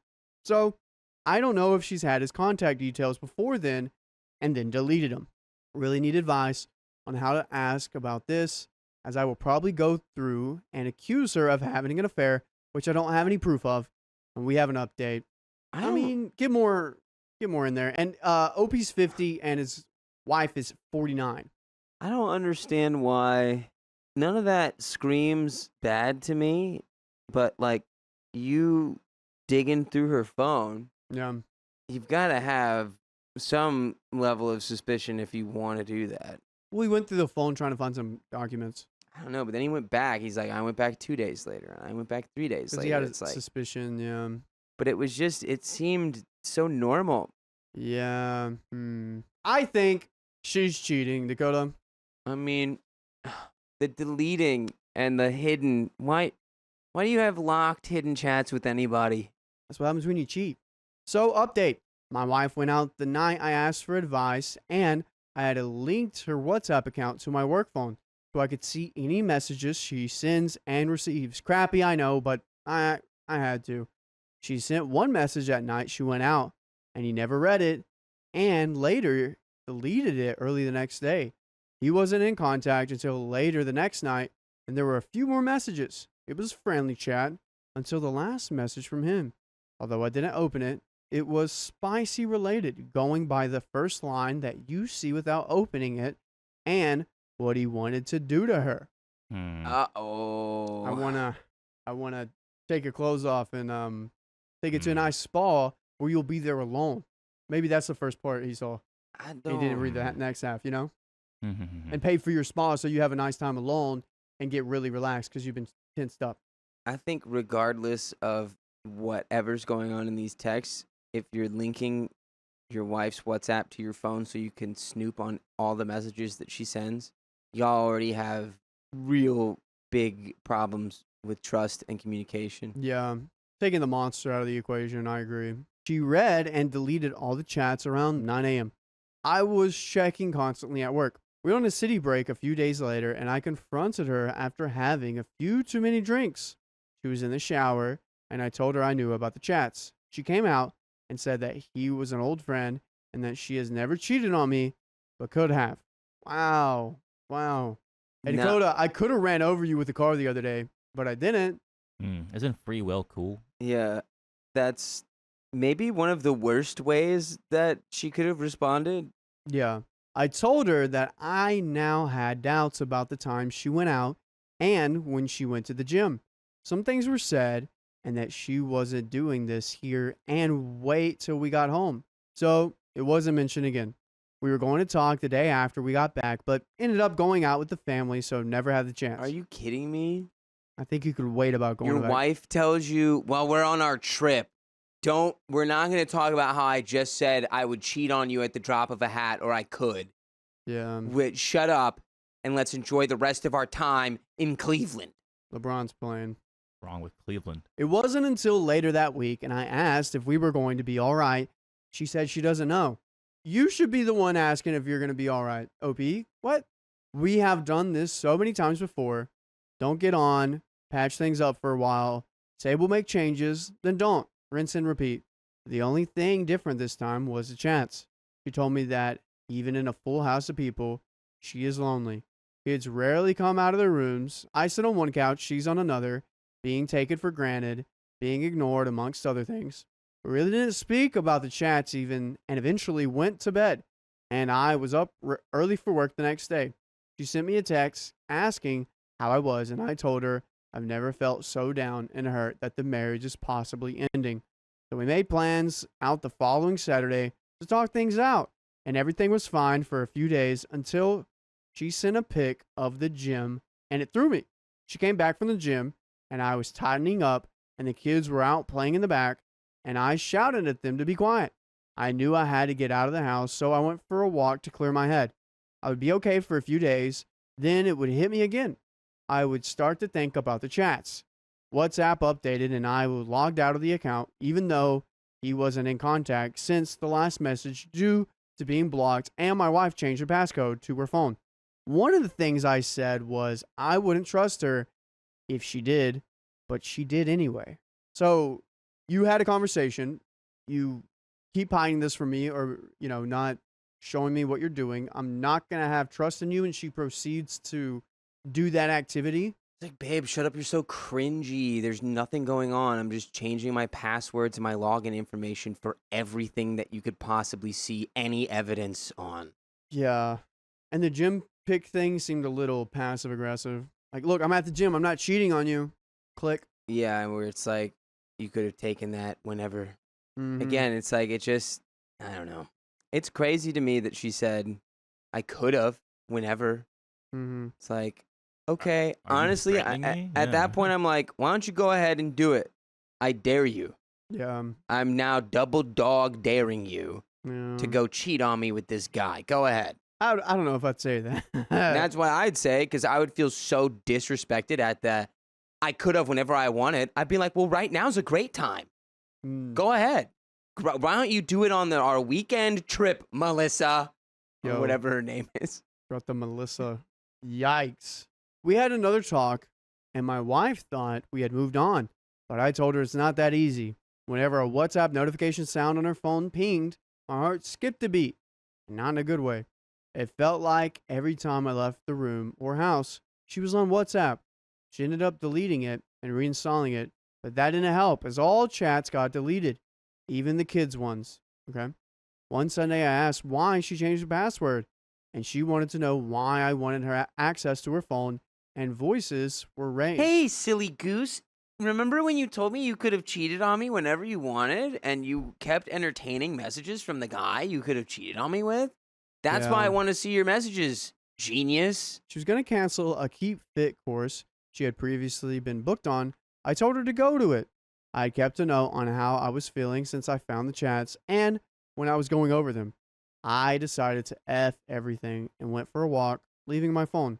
When she came back, she phoned and texted my phone, which was in the house. She read my notes I had shown her previously and was worried about the last message.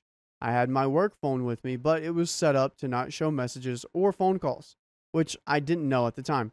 She did come looking for me, and I was at the pub. She saw me, left once. She knew I was fine.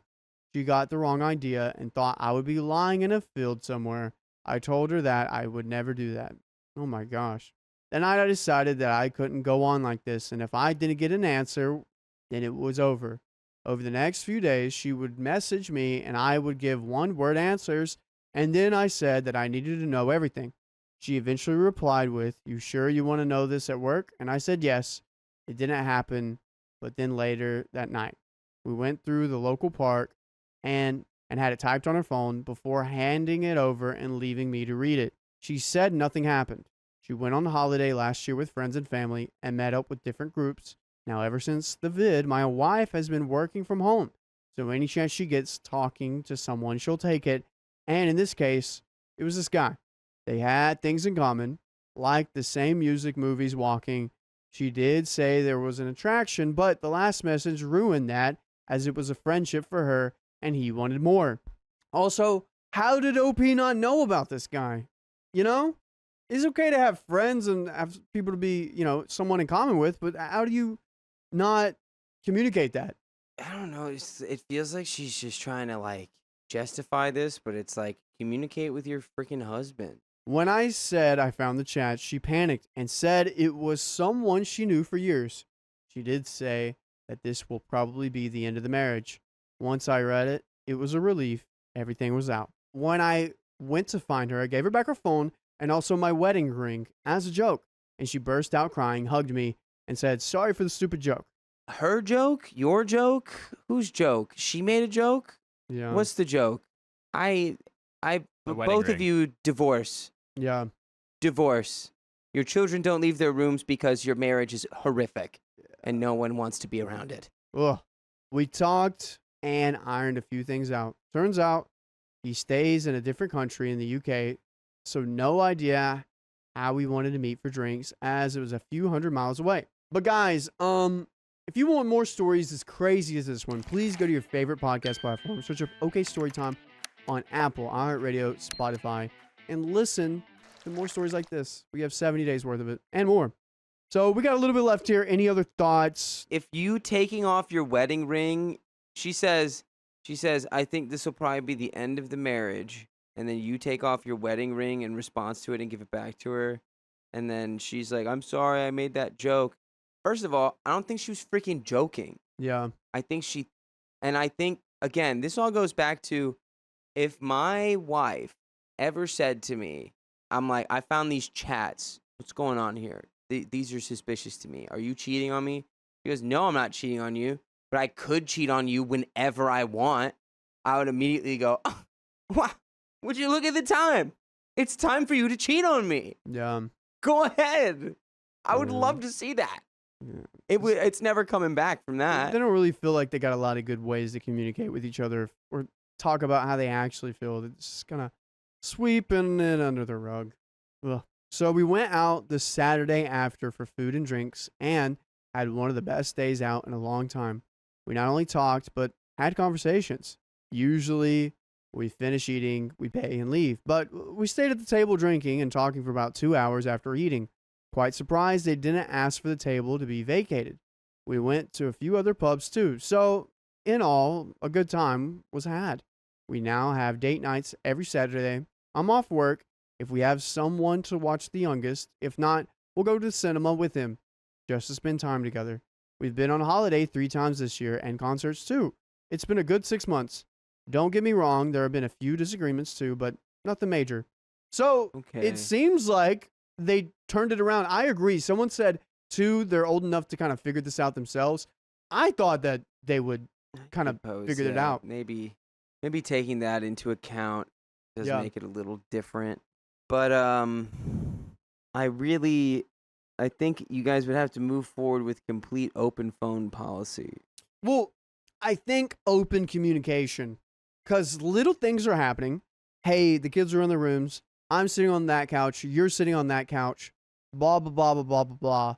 We're not connecting. I think open communication about that, and often so they can connect more, because it was she didn't cheat. She wanted to. I feel like she said, I could have, just to get a reaction out of him, just to see what it Did say that they had been drinking. Yeah, and also she wanted to see, like, how much do I really mean to you? I could have cheated on you, because it gets toxic and they're not actually thanking or loving one another because they're in this kind of weird spiral. And let's say you say that. Let's say you say something absolutely ridiculous to your partner and you haven't really even seen emotion out of them. Don't you think that'd wake them up? That'd shake them? And it shook them. It shook them up. And guess what? They're more healthier than they've ever been. They're going out and they're actually enjoying one another.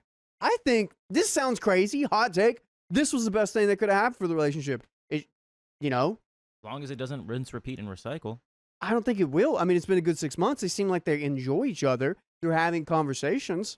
I think this was great. My sister-in-law banned me from seeing my niece, and my husband took her side. Bad, hubby, bad. Me and my husband were in a pickle. We needed to save money, but the townhouse we were living in was becoming too expensive for us to handle. His parents are far wealthier than mine and have a giant house that he has lived in with his 3 siblings his whole life until he met me. By the way, this comes from Lowlife Painter, and if you want to submit your own stories, go to the r/OKStorytime subreddit. I'm Carly. I'm Keon. And we're here to give good advice goofily, but we don't have all the answers. We only know what we would do, so let us know what you would do in the comments. Me and him had been pretty much independent until this point.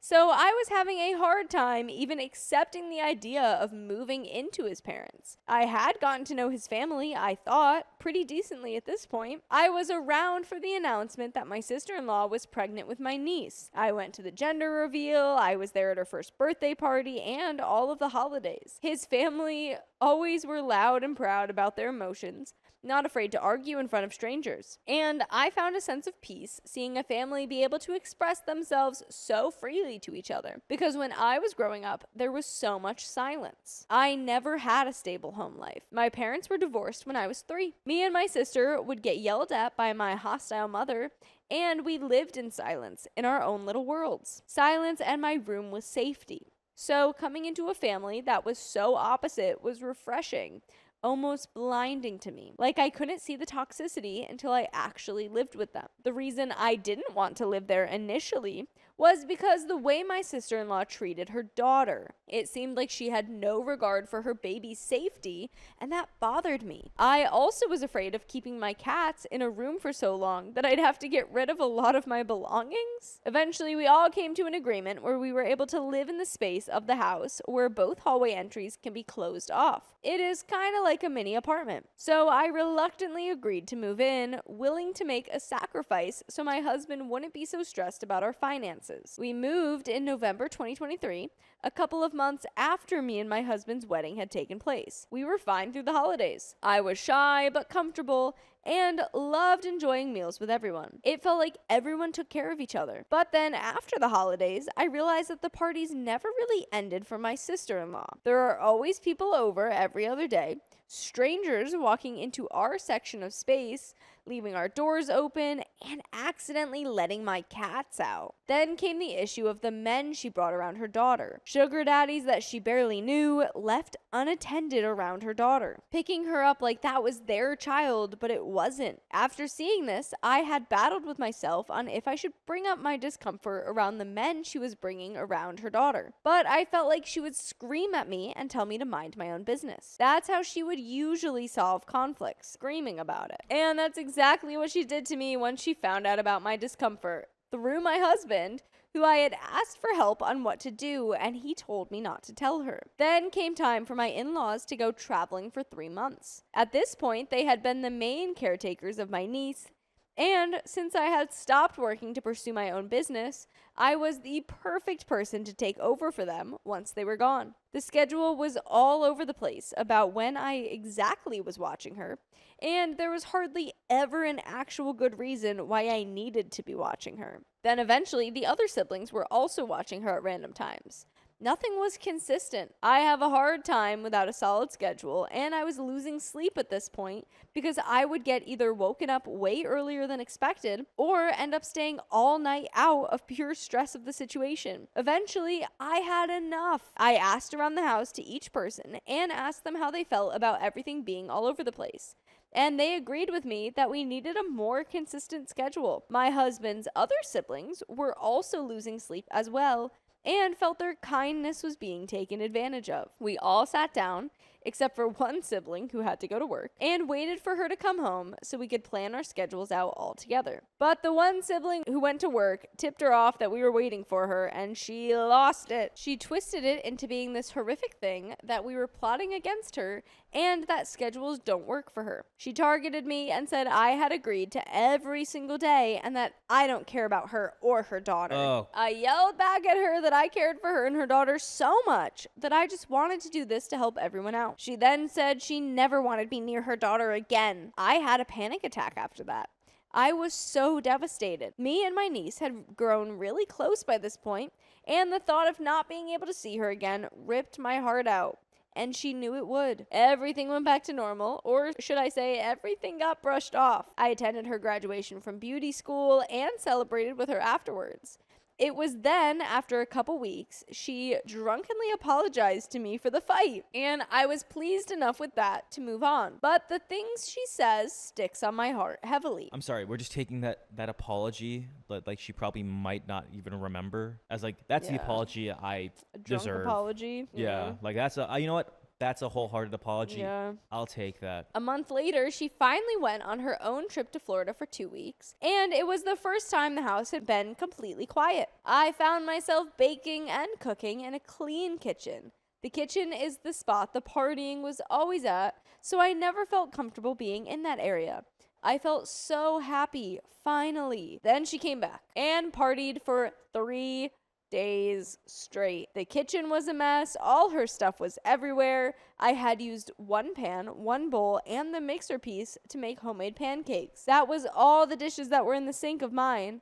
A day later, I received a text from a sibling asking if someone could do the dishes and clean the kitchen. I knew he wasn't talking about my sister-in-law because I heard them talking that morning, and he could have asked her to clean up the mess, but she must have refused or the question wasn't asked. So it would be up to me and my husband, who barely leave our space and only had 3 things in the entire downstairs that were ours, the dishes, or my brother-in-law, who was just as antisocial as us. All 3 of us refused to clean up her mess from her party. So my brother-in-law went downstairs to ask her to do it. She threw a huge tantrum, came stomping up the stairs, and yelled at us through our door that we were so disrespectful. For days after that, I heard her and my other brother-in-law talking crap about me and my husband loud enough to hear on purpose. It really started to upset me and my husband to the point where he called his parents to complain about it. Once my husband started shouting about it, upset, we heard her scream at the bottom of the stairs that she could hear us,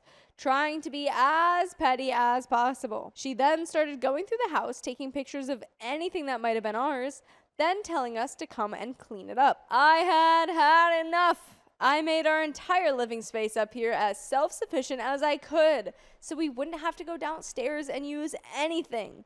I did not want petty, irrelevant things held against me anymore. I wanted our independence back. It was going fine for about 3 weeks. Then my husband started slowly talking to her again.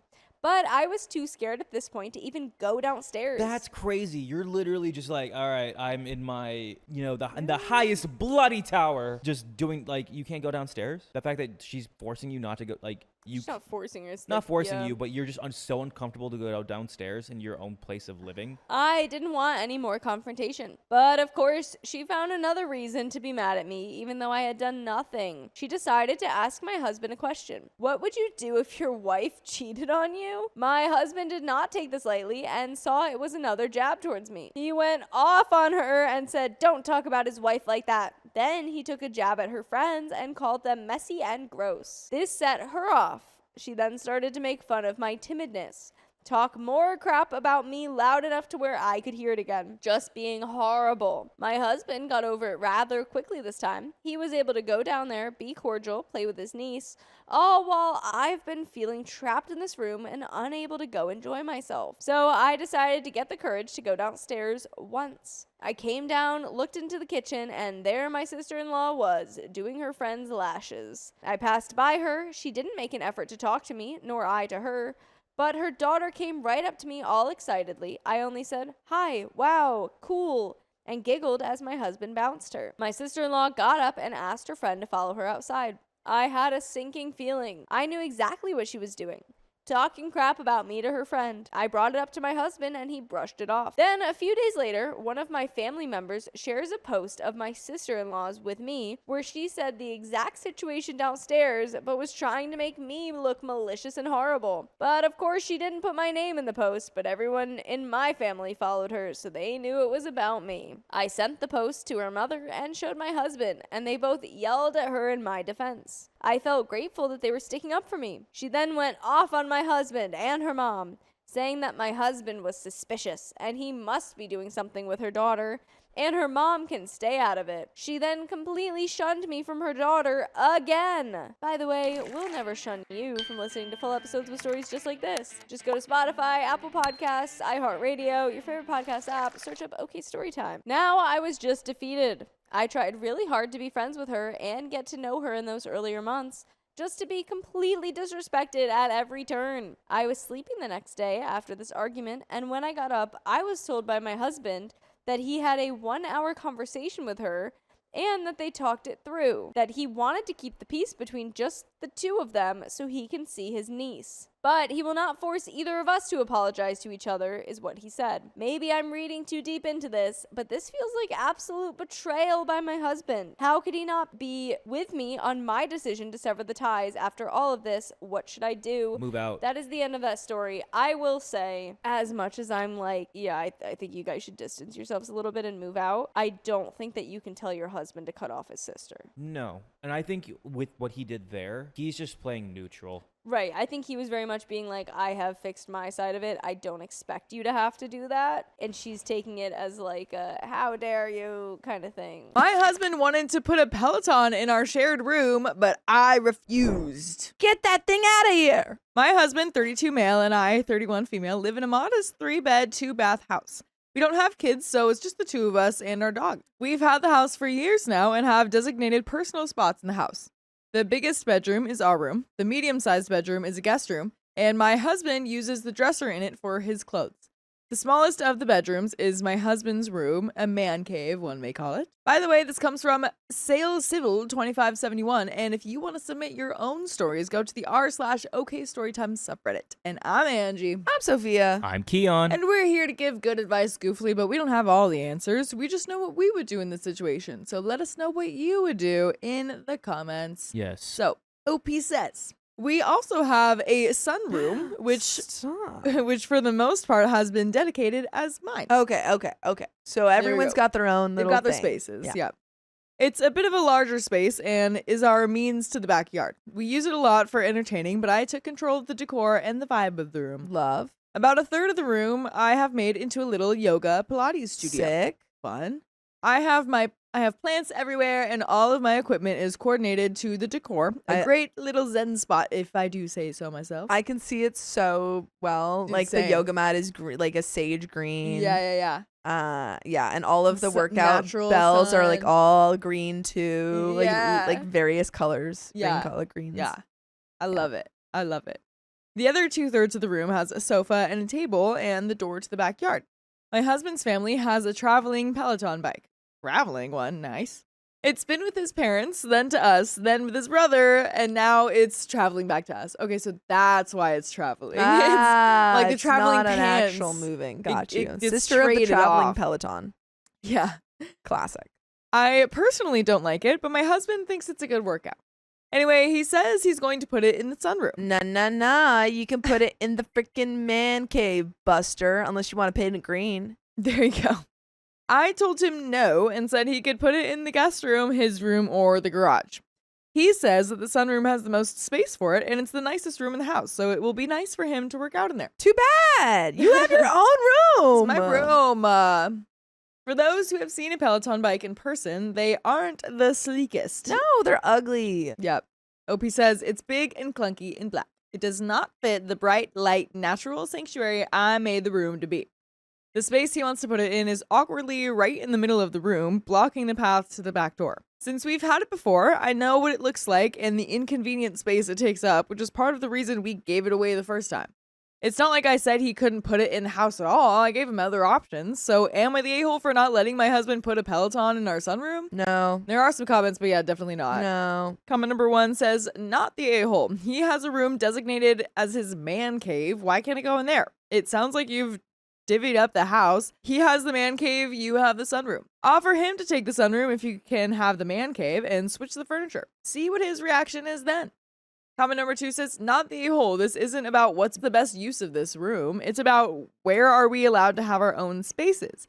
He's spread out to 2 other bedrooms. He even has an entire room to himself, the man cave. You want a space for communal living. That's having friends over and having a yoga space. Yoga is often a group activity. What it isn't is a giant black block that's for staring at a screen and blocking out the rest of the world. Comment number 3 says, if he needs sun and air, then he could also get a bike and go ride it outdoors. Such an excellent point. Yeah. There are, of course, many reasons why people do, stationary bikes in home and stuff. However, excellent point. Yeah. That's what you want so bad. Yeah. That's very funny. Someone responds, right, but now picture this. What if OP lives somewhere where it snows? Then what? There's lots of reasons to own a stationary bike. Of course. Yeah. Many reasons. Right. However, I think it's still funny point. It definitely is. We do have an update. What do we think is going to happen? Do we think we're going to cave and put the bike in the sunroom? Tell him to run outside. I think it's incredibly unfair for him to expect to have, I don't know, be able to put all of his stuff in 2 rooms. Yeah, exactly. Like he's got his man cave. I don't understand why it doesn't go in there. Like, because it's going to smell like man in there. You can't do that. I'm so particular about things having places. Yeah. I would not be able to do this. Yeah, that's tough. Yeah. We do have an update. For anyone who cares, he put the Peloton in the sunroom. What the frick? I care. And I Get it out of there. I don't care for this. It is not in the middle of the room as it was before. He put it in the corner next to my Pilates equipment. I asked why he couldn't put it in his room, and he said that there was no room. Freaking make room. Yeah, make room. It's your room. You get to decide what's in there. Yeah. I asked why he couldn't put it in the guest room, and he said he would, but we need to clear stuff out first. That weekend, I did a major clean out of the guest room, cleaning out things that we didn't need and rearranging to make room for the Peloton. When I showed him the space for the bike, he said, but it's workout equipment. It should go with the workout stuff. I explained, pointing to his man cave, this is your space, and the portion of the sunroom is my space. I don't put my things in your space, and I would not like the bike in mine.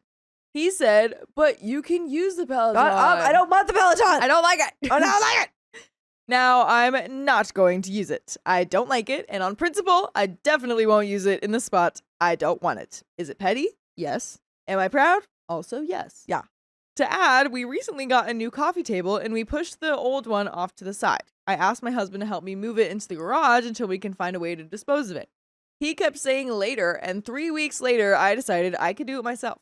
It was a bit large and heavy, but it's on wheels, so easy peasy. I may or may not have lost control of the coffee table around a corner and may or may not have put a tiny hole in the wall. There's no hard evidence that it was me, and thus the incident remains alleged. It was the dog. Blame it on the dog. She's like, I don't know where that hole came from. The dog was trying to move the table, and that's what happened to the wall. It wasn't me. It was not me. But also, it's like, even if it was, even if it was me, maybe you should have helped me. Yeah, I've been asking you for so long, and so I had to do it myself. I had to do it. This is what happened. Anyways, given the recent event, I am on a slight probationary period of moving large objects myself. So now, friends, I stare at the Peloton in my space and debate if I, A, try to move it myself, B, suck it up and leave it where it is, Or C, set the house on fire, collect the insurance money, and never see the bike again. D, involve your friends. Just say the bike rode off. Host a, hey, help me move my Peloton party. Just, Yeah, there you just, go. Just Put it unhinge the done. bike, take the put wheels on it, and be like, boom, there you go. Yeah, I mean, like that one No. episode of Phineas and Ferb, just like Yeah. it got up and it walked away. What? It got up and it walked away. Poor Candace. Yeah. And for those who don't understand sarcasm, that was a joke. I'm obviously not going to leave it in the sunroom. Thank you to everyone who replied and became invested in my first world problem. It was very much appreciated. And there are some comments. Comment number 1 says, I'm petty AF and would move the Peloton to the guest room. Comment number 2 says, when my husband does something I find to be rather reprehensible, I like to remind him of a quote from my favorite Stephen King novel, Dolores Claiborne. I'm paraphrasing. Husbands pass away every day. They pass away and they leave their wives their money. He usually gets the point. That's so funny. Oh my gosh. I love that commenter is just saying, threaten your husband. It usually works. Yeah, literally, it works for me. Yeah. I just show him Gone Girl every time I'm mad at him. It usually works. But every time you're mad, you can listen to full episodes of stories just like this one on Spotify, iHeartRadio, Apple Podcasts, or whatever your favorite podcast app is. Just search OK Storytime. It usually works. Good. And there is a second update. Oh, man. Oh, man. Oh, boy. Yeah, what do we think she should do? Move it, get used to it, or burn the house down? Never get used to it. Never get used to it. We do have a second update. For everyone asking for an update, the sub only allows one update per post, so I'm hoping this edit is seen. I am very pleased to announce that the Peloton is now in the guest room. Yay! Woo! I'm happy. Good for the guest. Yeah, right? that guest's gonna be so excited to do a Totally. little workout. Totally. Like you're like, hey girl, thanks for coming over and staying with us. If Yeah. you ever wanna try out the It's ready for you. I am even happier to add that I was not the one that put it there. Heck yeah. Okay. I brought it up again to my husband, and after minor protest, he moved it immediately. Oh, all right. Cue me putting down a bottle of lighter fluid in a match. You said, do it. He said, okay. Minor protest. Yeah. He said, but she said, yeah. I'll do it. I'll do it. Starts pouring. I'll do it. I'll do it. Just kidding. Just kidding. That was actually just water. And he's like, kidding. it smells like gasoline. She's like, it's just water. It's not. Don't worry. By the way, we have to replace our carpet. It's just water. I will add a new plant in the spot where it's at to commemorate the feat and all those who supported it. Aww. Nice. Yay. Plant suggestions are welcome. This is for you.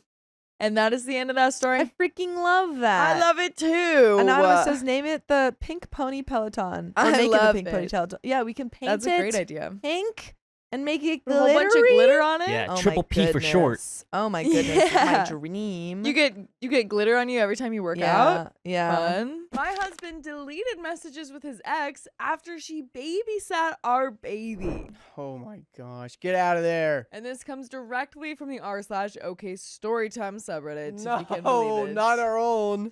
So on July 2024, me, 29 female at the moment, and my husband, 29 male at the moment, we're looking for a babysitter for my 6-month-old baby. My family, aunt and grandma, was taking care of him, but for personal reasons, they had to stop, and we were looking for a replacement. I didn't want a babysitter. I don't trust others outside of my family to take care of my baby because he can't say if they do something to him. By the way, this comes from a Caro River AB, and if you want to submit your own stories, go to the r/OK Storytime subreddit. We'll obviously read them. We're reading it right now. And my name's Angie. I'm Riley. And we're here to give good advice goofily, but we don't have all the answers. We just know what we would do in the situation, so let us know what you would do in the comments. My husband, let's call him Steve, was looking and asking around, same as me. We both worked night shifts, and it was really hard to find a sitter. Plus, as management, sometimes we have to stay at work to solve issues that keep us for longer. And then he talked with his ex, let's call her Helen. Helen and I met about a year before I met Steve. We were working in the same area and had a cordial relationship until I got a promotion and went to second shift. Helen offered to be the babysitter. She also has a kid in school, and after some conversations and because of the pressure of time, she watched my baby for 2 days. She sent me pictures and videos and was really nice. Okay. As I said, we had a cordial relationship, but after talking a little bit more, I liked her better. Later on, I was looking on Steve's phone, Facebook Messenger. for the rating payment Helen agreed to have, and instead, I found a weird conversation that started from her with, "Sorry, I fell asleep, hee hee hee." Everything before that was deleted. For context, my husband doesn't delete anything. Conversations, photos, videos, texts, nothing. We both know each other's passcodes and have nothing to hide. And I had to delete a lot of things, with his consent, mostly pics of his ex, from his phone because why keep it? Anyway, back to the point. He deleted the conversation and my alarms went off. I was so confused about it that I couldn't sleep that night and texted his previous girlfriend, I know, not ideal, for some info.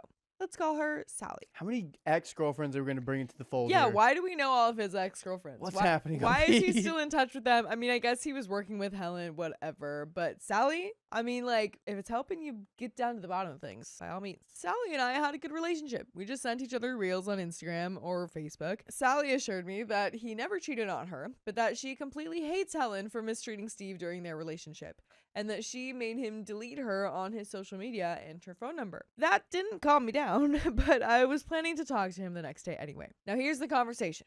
I sat him down, asked him why he deleted the conversation with her, and his first answer was, "Why are you reading my messages?" Obviously, not a good start. I explained myself why and asked again. I don't remember every detail, but he was not giving me a real answer and was evading the situation. He told me that the reason was because Helen said that she finds me attractive, but she didn't want me to know. I told him that it was dumb to delete a conversation for that, knowing I was an open-minded person and that it made no sense. I think that he's lying. Yeah, I feel like that's totally a lie. Like, oh, it's just about you, Helen. Just thought you were hot, babe. That's all. I'm not buying it. I let it pass for a few days, but my mind was going crazy. I couldn't stop thinking about it, and I was still postpartum with lack of sleep.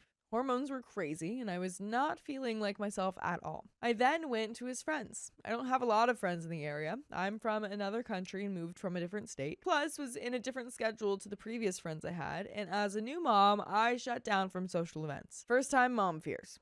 And it is my first real relationship. I didn't know how to react or if I was being just insecure. His friends, let's call them Kathy and Carrie, both amazing women in long-term relationships, knew Helen before me, during, and after she was Steve's girlfriend. Kathy was in my house with her boyfriend, now husband. I don't remember for what reason, and Steve was not in the house. And I took the opportunity to ask her for advice, to see if I was just crazy or if it was actually an issue. She, as blunt and honest as always, told me that Helen was a flirty witch and to be careful not to trust her. Uh-oh. Interesting. Here it is. Everybody hates Helen. That's Yeah. what show we're on. Just keeps flirting with everybody. Such a flirt and friends with her ex, babysitting her ex's baby. So complicated. That's so I weird. get it. She said that Helen openly flirted with her boyfriend in front of her and a bunch of other people. Plus, that she treated Steve like crap when he was too nice. But she assured me that Steve would never cheat on me, that he was completely crazy about me. That was obviously a huge alarm going off.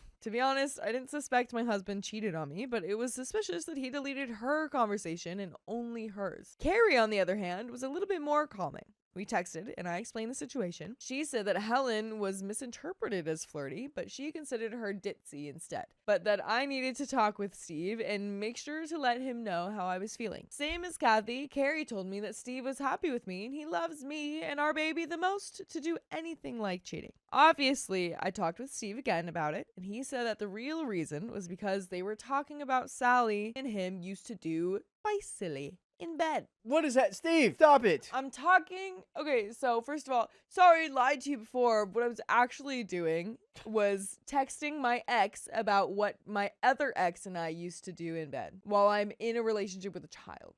I'm in a marriage with a child. That was even more ridiculous to me. Why was he talking about his ex with another ex? How did they get to start in that kind of intimate situation? He explained that he is open and talks about spicy sleep with his friends. I responded with, I also talk about spicy sleep with my friends, but she was not a friend. She was an ex, and that if he was missing something to be talking with her like that, he should have talked to me about it. He apologized to make me feel guilty and jealous for deleting the conversation. He accepted that it was inappropriate, and then he asked her to send a recording of the conversation to prove to me that he was not looking for anything. She too apologized to him for letting me think that there was something going on. She never texted me to apologize at all. And she sent this screenshot recording. I don't have the video anymore, but the conversation was pretty platonic at first. They were talking about PC setups and gaming. She always initiated the conversation with questions about the house remodeling and headset updates, things that she could have gone to Google or YouTube for. Suddenly, she mentioned one of her gaming friends and how she was attracted to her, escalated the conversation to how delicious I looked, and that she would be happy to join us and eat me up if she could. My husband brushed her off with yes, my wife is delicious, and that we are happy and not swinging, but if we ever decided to, he would let her know. He's just got to run it by you somehow, and that's what he's got to figure out to make this happen. I mean, at least we have proof of this. I feel like at least this is getting out. Yeah. I think if I was OP, I would not want to hear that, but at least like we're getting to the bottom of things. She quickly changed her approach and said to not tell me about that because she would be embarrassed, and proceeded to ask him about Sally and the content that she did with him before. Content she did with him? Hello. What? What are they doing? Hopefully a podcast. They're making movies out here?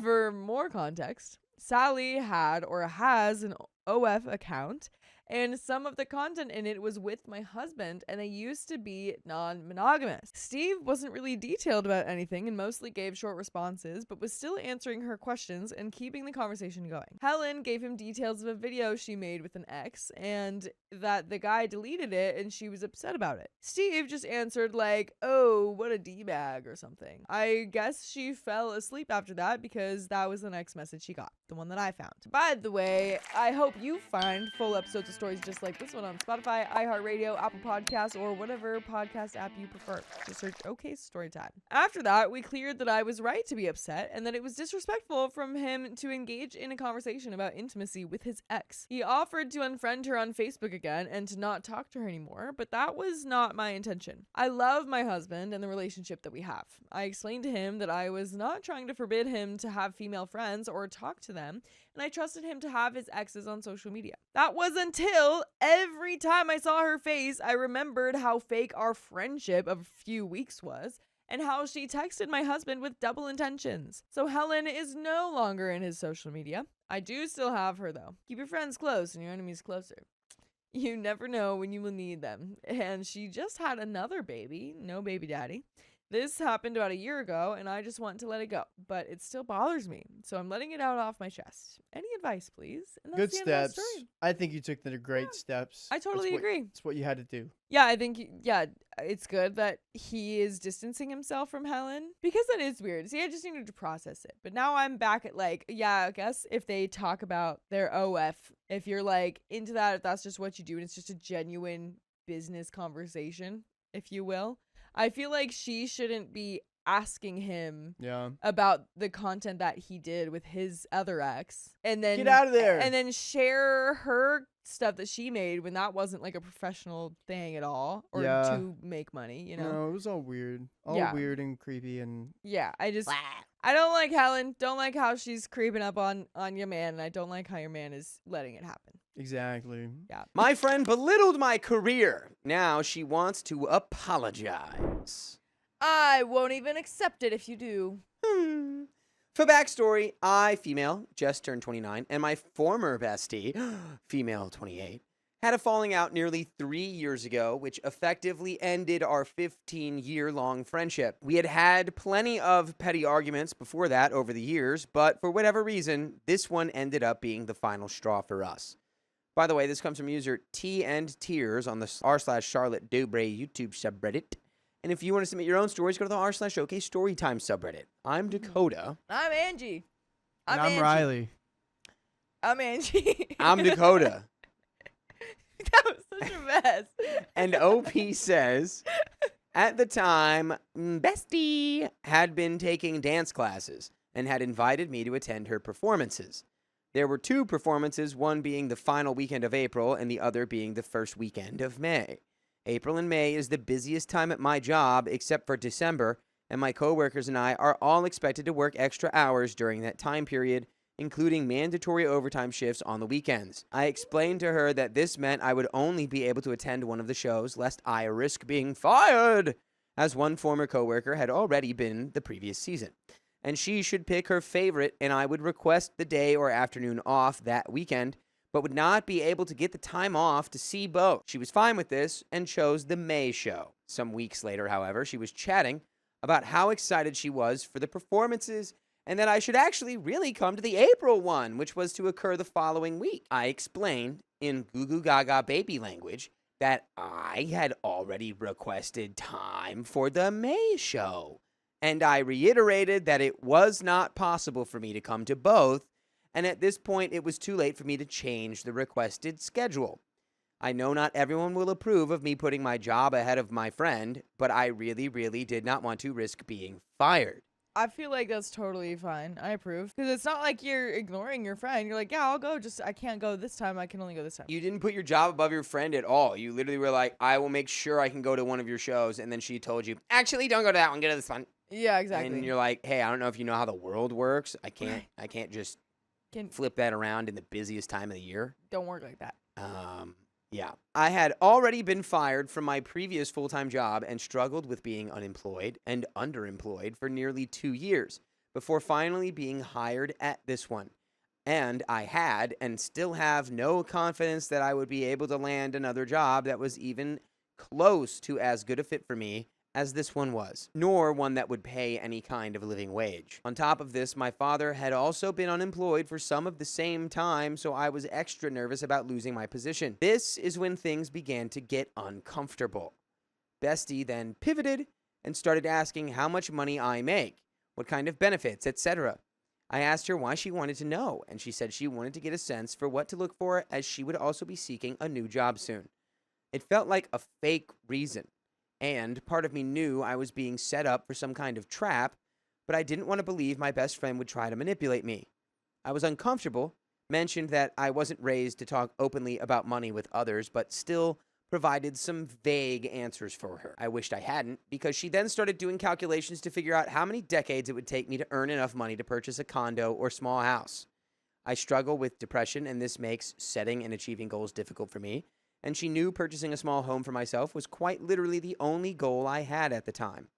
It hurt my feelings a lot that she basically implied the one and only thing I was working for was a useless pipe dream, but being petty, I pretended I didn't understand what the connection was to the original situation. She seemed to believe I was really that dumb and decided to stop speaking to me until I figured it out. Ah, the good old silent treatment. So this little dumb girl is trying to say, well, I mean, it's not like your job can even pay for a house like you want. So why would you not get your shift switched around so that you could go to the one show, even though I already told you that you should go to the other one? Right. It's like, I'm sorry, how much money are you making from this show? Slam dunked. I was a theater kid. I support it. However, if you're going to come at me for my money as an artist, girl, you got it. You can't. Yeah, over a situation you are creating. Yeah. I already told you. Tell me which one you want me to be at. You told me that one. And now you're like, this one. You're pulling the switcheroony. And now you're going to try to be like, fair. Well, your job you're not even ever going to be able to get a house from working here, so why do you even care? Yeah. Like, okay, well, now I'm not going to go to either, stupid. Yeah. Now, my conflict avoidant, people-pleasing behind felt awful that we had fought so badly, and I still attended one of her shows, even though we hadn't spoken all week. I thought we would reconcile everything soon and didn't want our fight to spoil her big night.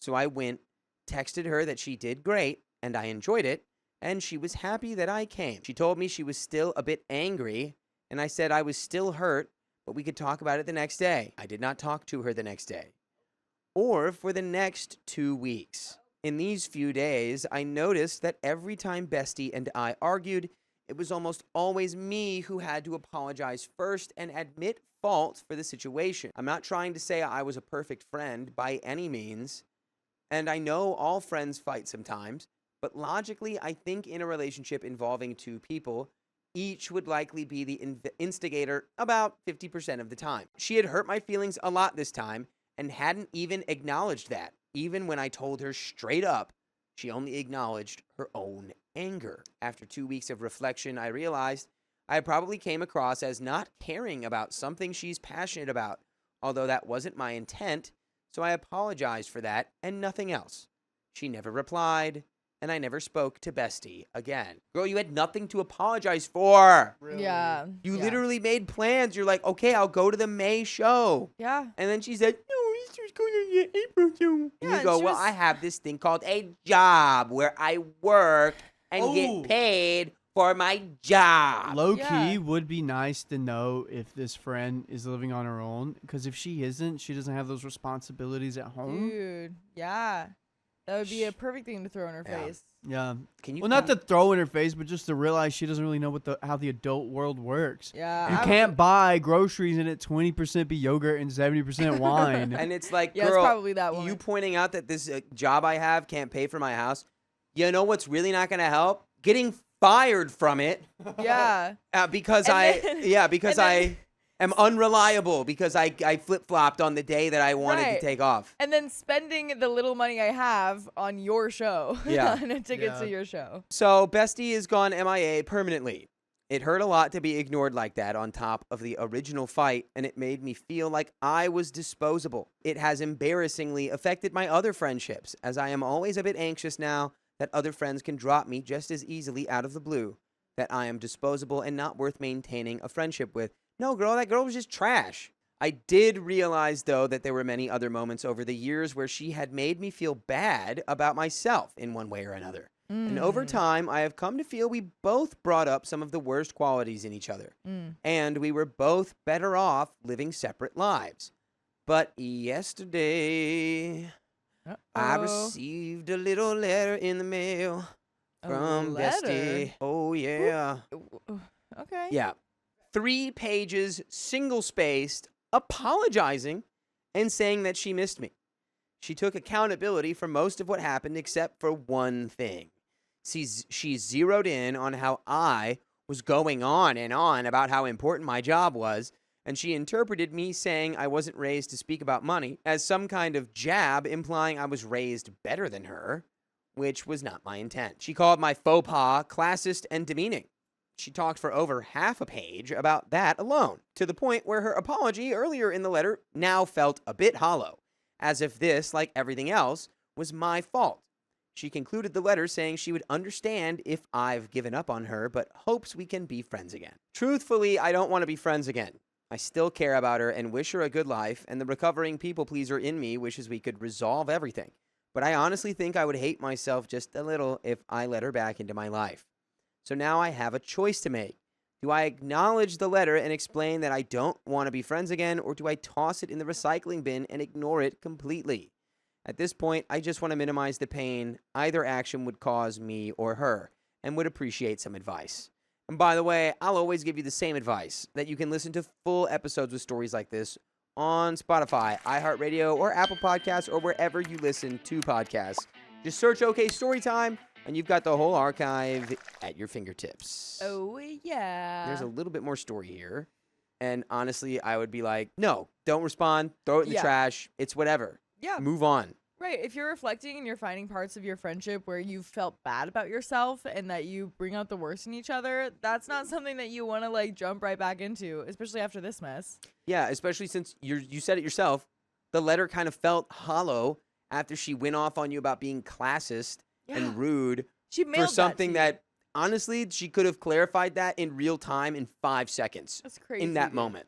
That's so what did you mean by that? Are you implying something? And you go, no. What are you? No, I'm just trying. I don't want to talk about my job. She said, I'll show her. I won't text her, but I'll because I'm too busy writing this letter. I'm too busy writing this letter. Edit. I really appreciate all the advice and insight most people in the comments have provided. I should clarify that if I were to respond, it would only be something simple along the lines of, I appreciate your apology and still care for you, but we can no longer go back to how things were. Have a good life. OP. As much as I wish I could forget entirely about her, it's hard to imagine myself intentionally hurting someone who once meant so much to me, especially when I know about and have a lot of empathy regarding the other hardships in her life. Basically, it seemed cruel to me to be so direct, but it also seemed cruel to leave her in suspense like she had left me. I have decided to follow the consensus of the comment section and just toss the letter out. Just not worth it. Someone did express concern that she might believe I didn't receive it and try to interact again. But if that happens, I will just have to be more stern and put an end to it more clearly. And yeah, Good job. You Yeah. did the right thing, I think. You can finish the job and just burn it for her. Yeah, you can burn the letter. Yeah. There you go. You can just write your letter back that says LOL okay and then burn that And then one. burn it. Yeah. Exactly. But folks, Yeah. that is the end of that story. That and is the end. the end of that stream. So, if you love us, make sure you subscribe. We love you. And see you tomorrow.